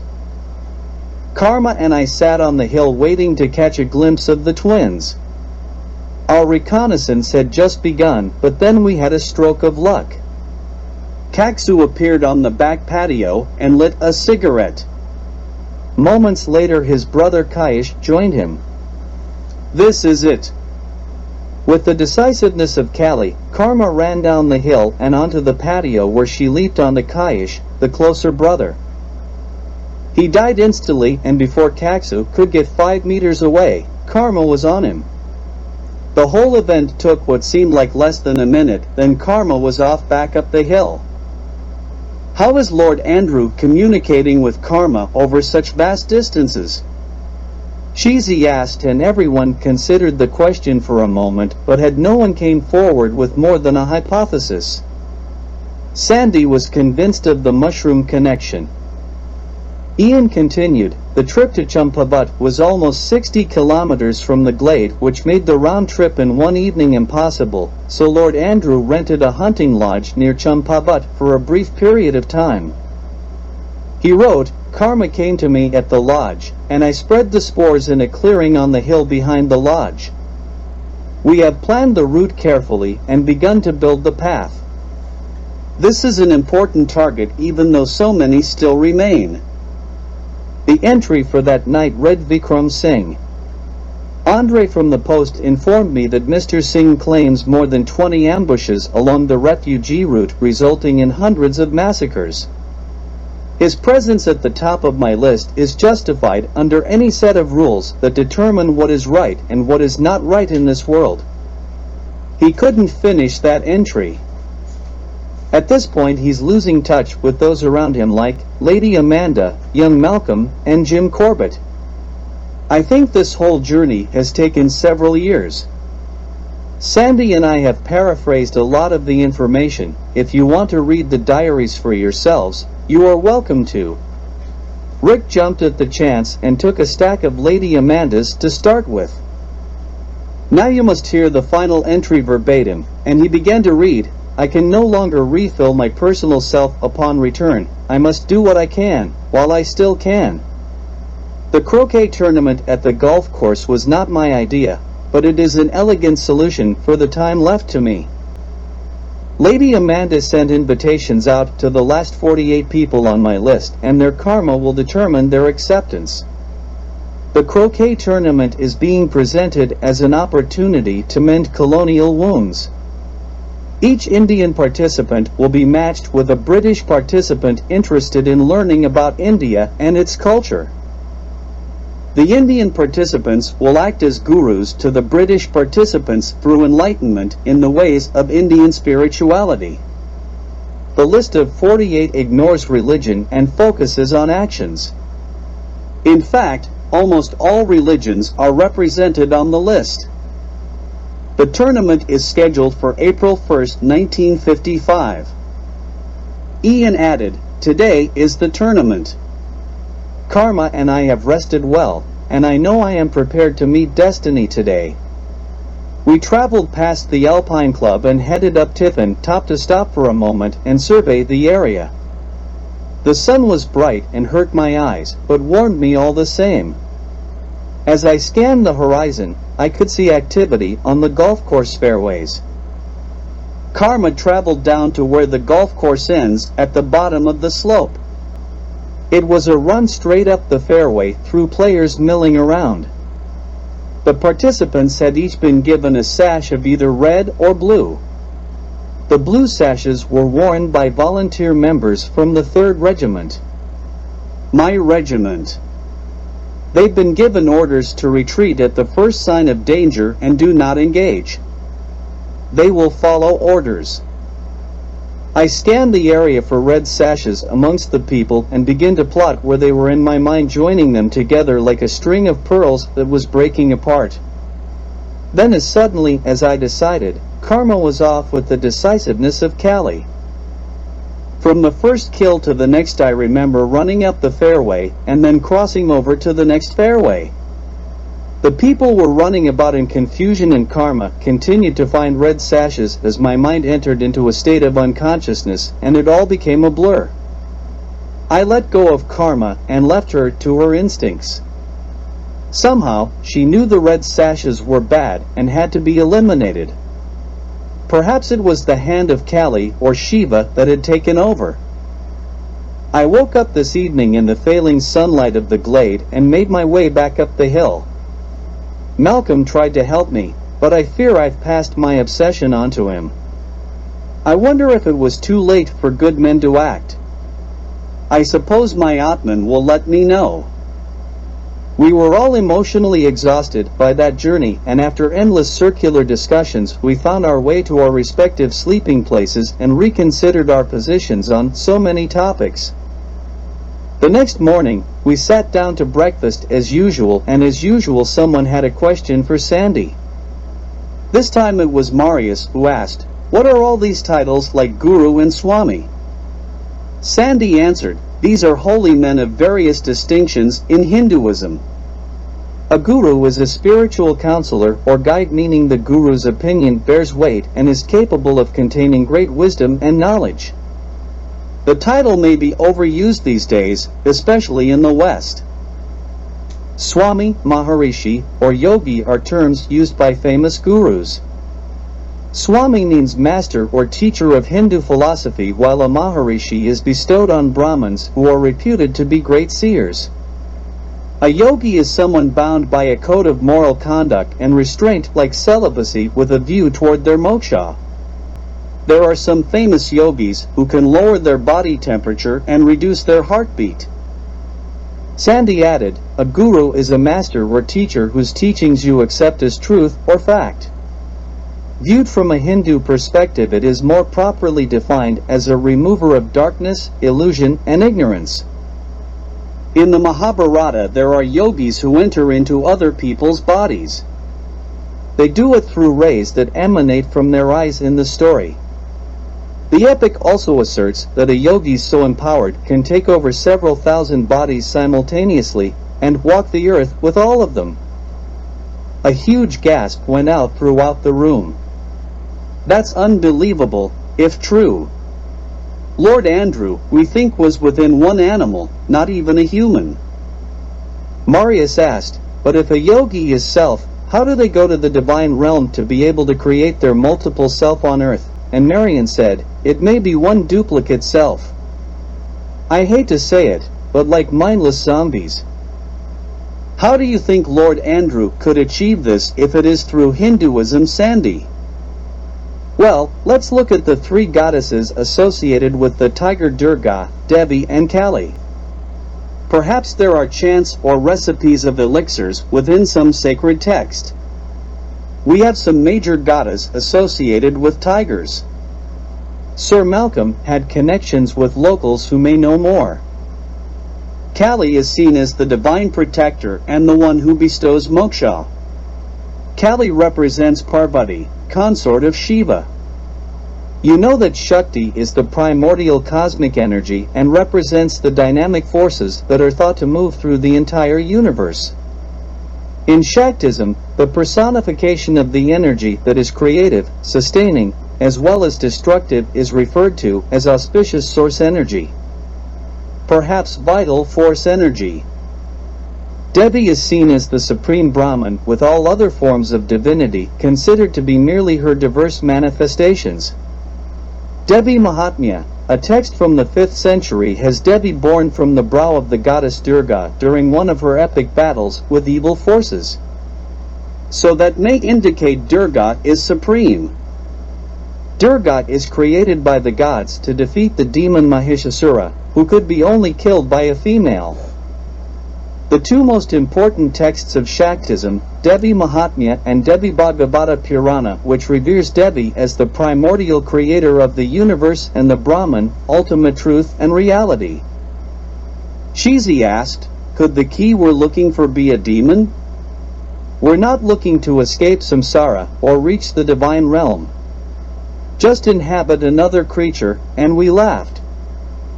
Yes, definitely. Hinduism is extremely complex.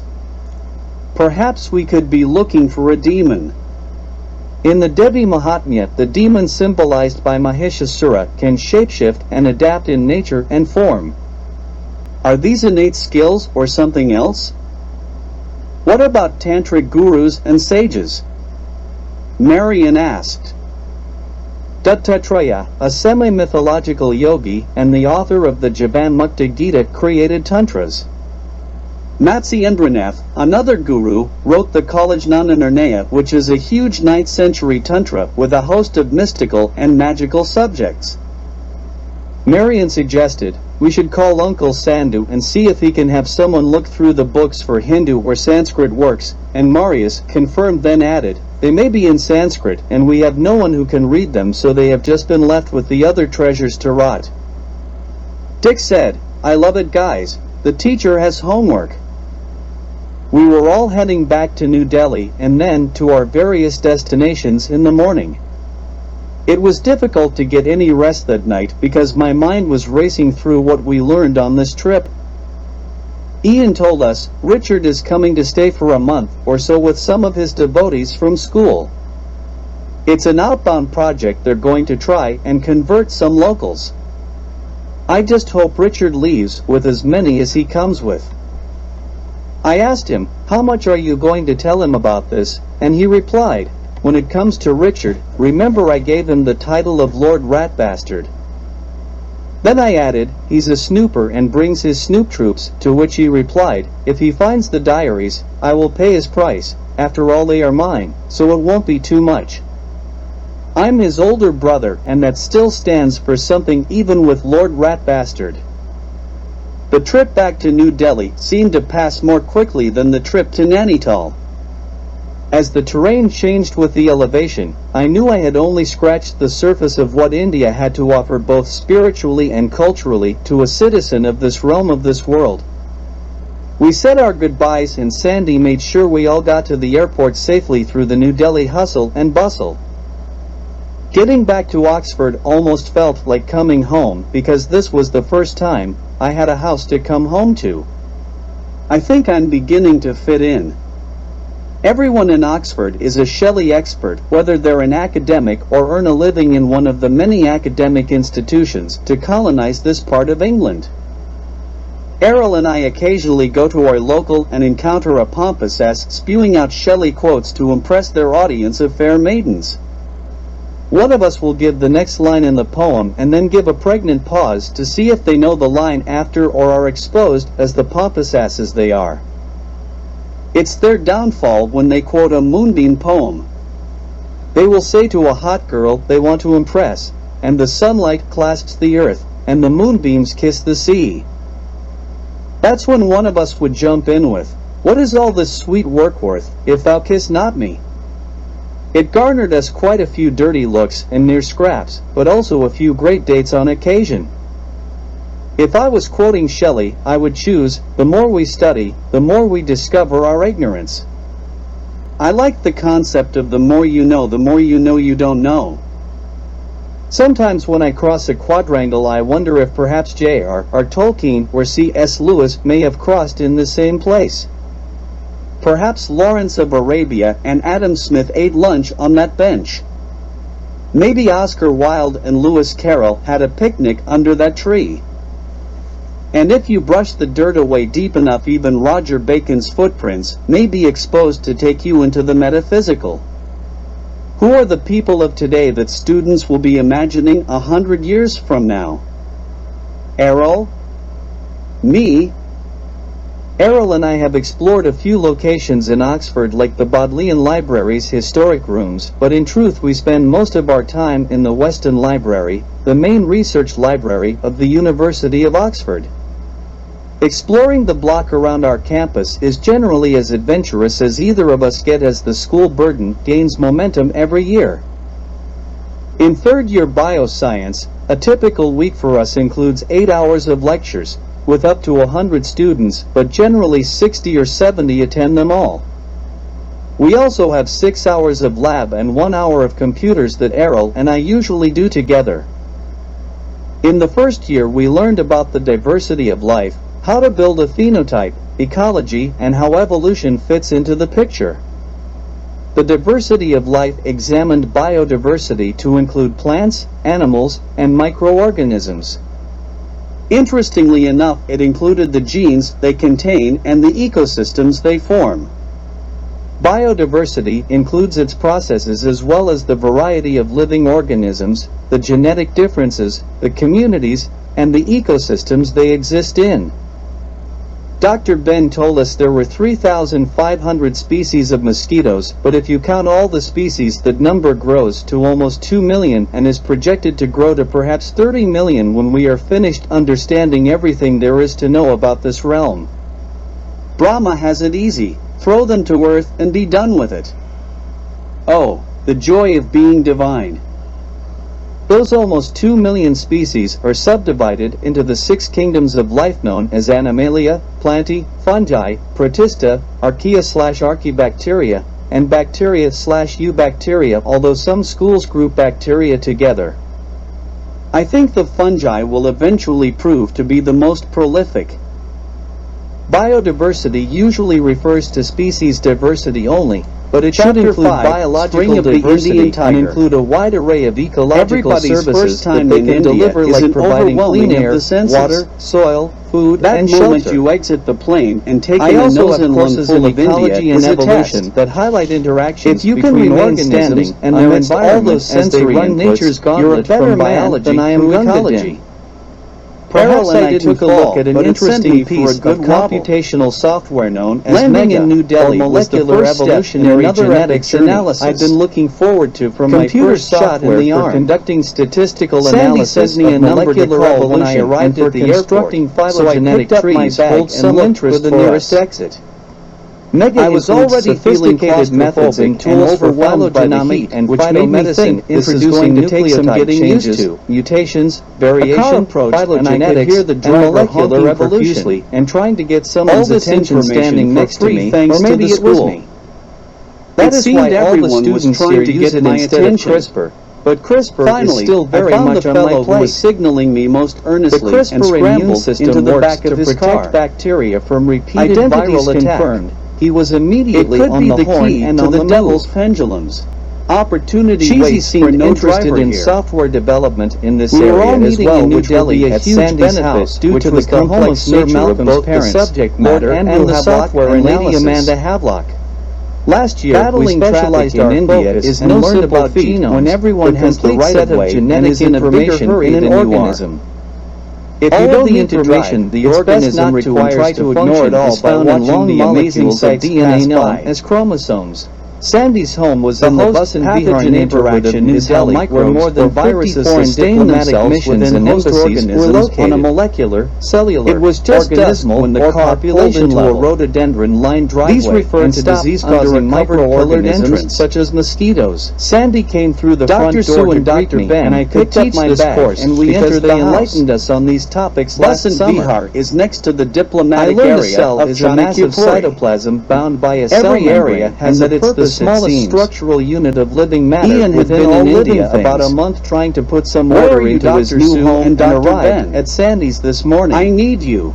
Sandy was managing Ian Ian's continues house at just as he'd McMaster done for Sir University Malcolm in Canada, so it was trying more to an issue of fast-track his rearranging the education contents and working to in the suit his hospital. purposes and explore the He's met a artifacts couple that of Sir doctors Malcolm had had left struck him. up a friendship with him, Ian and they're told us, mentoring him. it's hard not to find something that Windhaven is wasn't always on his interesting. mind, so we decided to Sir make a Malcolm monthly moved video in call for historical updates circles. now that the technology makes added that that easy. he He was busy at school trying Of to get course, his degree, everyone so shows he up, couldn't and it's spend an a lot hour of of time personal in India. updates and perhaps a few extra Cheesy minutes per arrived a day. few days ago, and the Jacks had Dick been is staying now with beyond Sandy his for plea almost year. a month waiting for their U.S. year which visas he had to get extreme extended. difficulty with. Sandy's house had 6 Meditation bedrooms got him to through, he accommodate said. us all, but Ian said His we had to yearling take year was Ridgeway a bit better. assignments, and now in his cow year, Dick he's and looking Rick had forward not to yet next year arrived. when he rules the roost. Sandy told us they would Then be a it will couple be on days to to military military wait for service. them in New Delhi before Dad's traveling on to grandfather Ian's had place, great and the things reason planned for for our a young visit. Dick once he clears those There hurdles. are many sights and sights to see Cheesy in this part decided of to India. transfer to the University of California, Sandy had which dinner is less planned than for an us, hour away so we all on a gathered motorcycle around the straight big down table in Highway the dining room 111 for from a the sit-down Salton meal. Sea camp of the Celtrade. The dining room was absolutely It's not the necessary greatest for an academic English lord institution living in in a the home United such as States, this a but they have century or graduate two ago. programs in cognitive science, just as important brain as the sciences, room and and human mahogany computer table interaction was the full that all service hold from some silver varying cutlery level of to interest china for plates, him. bowls, and He'll French crystal. probably do them all.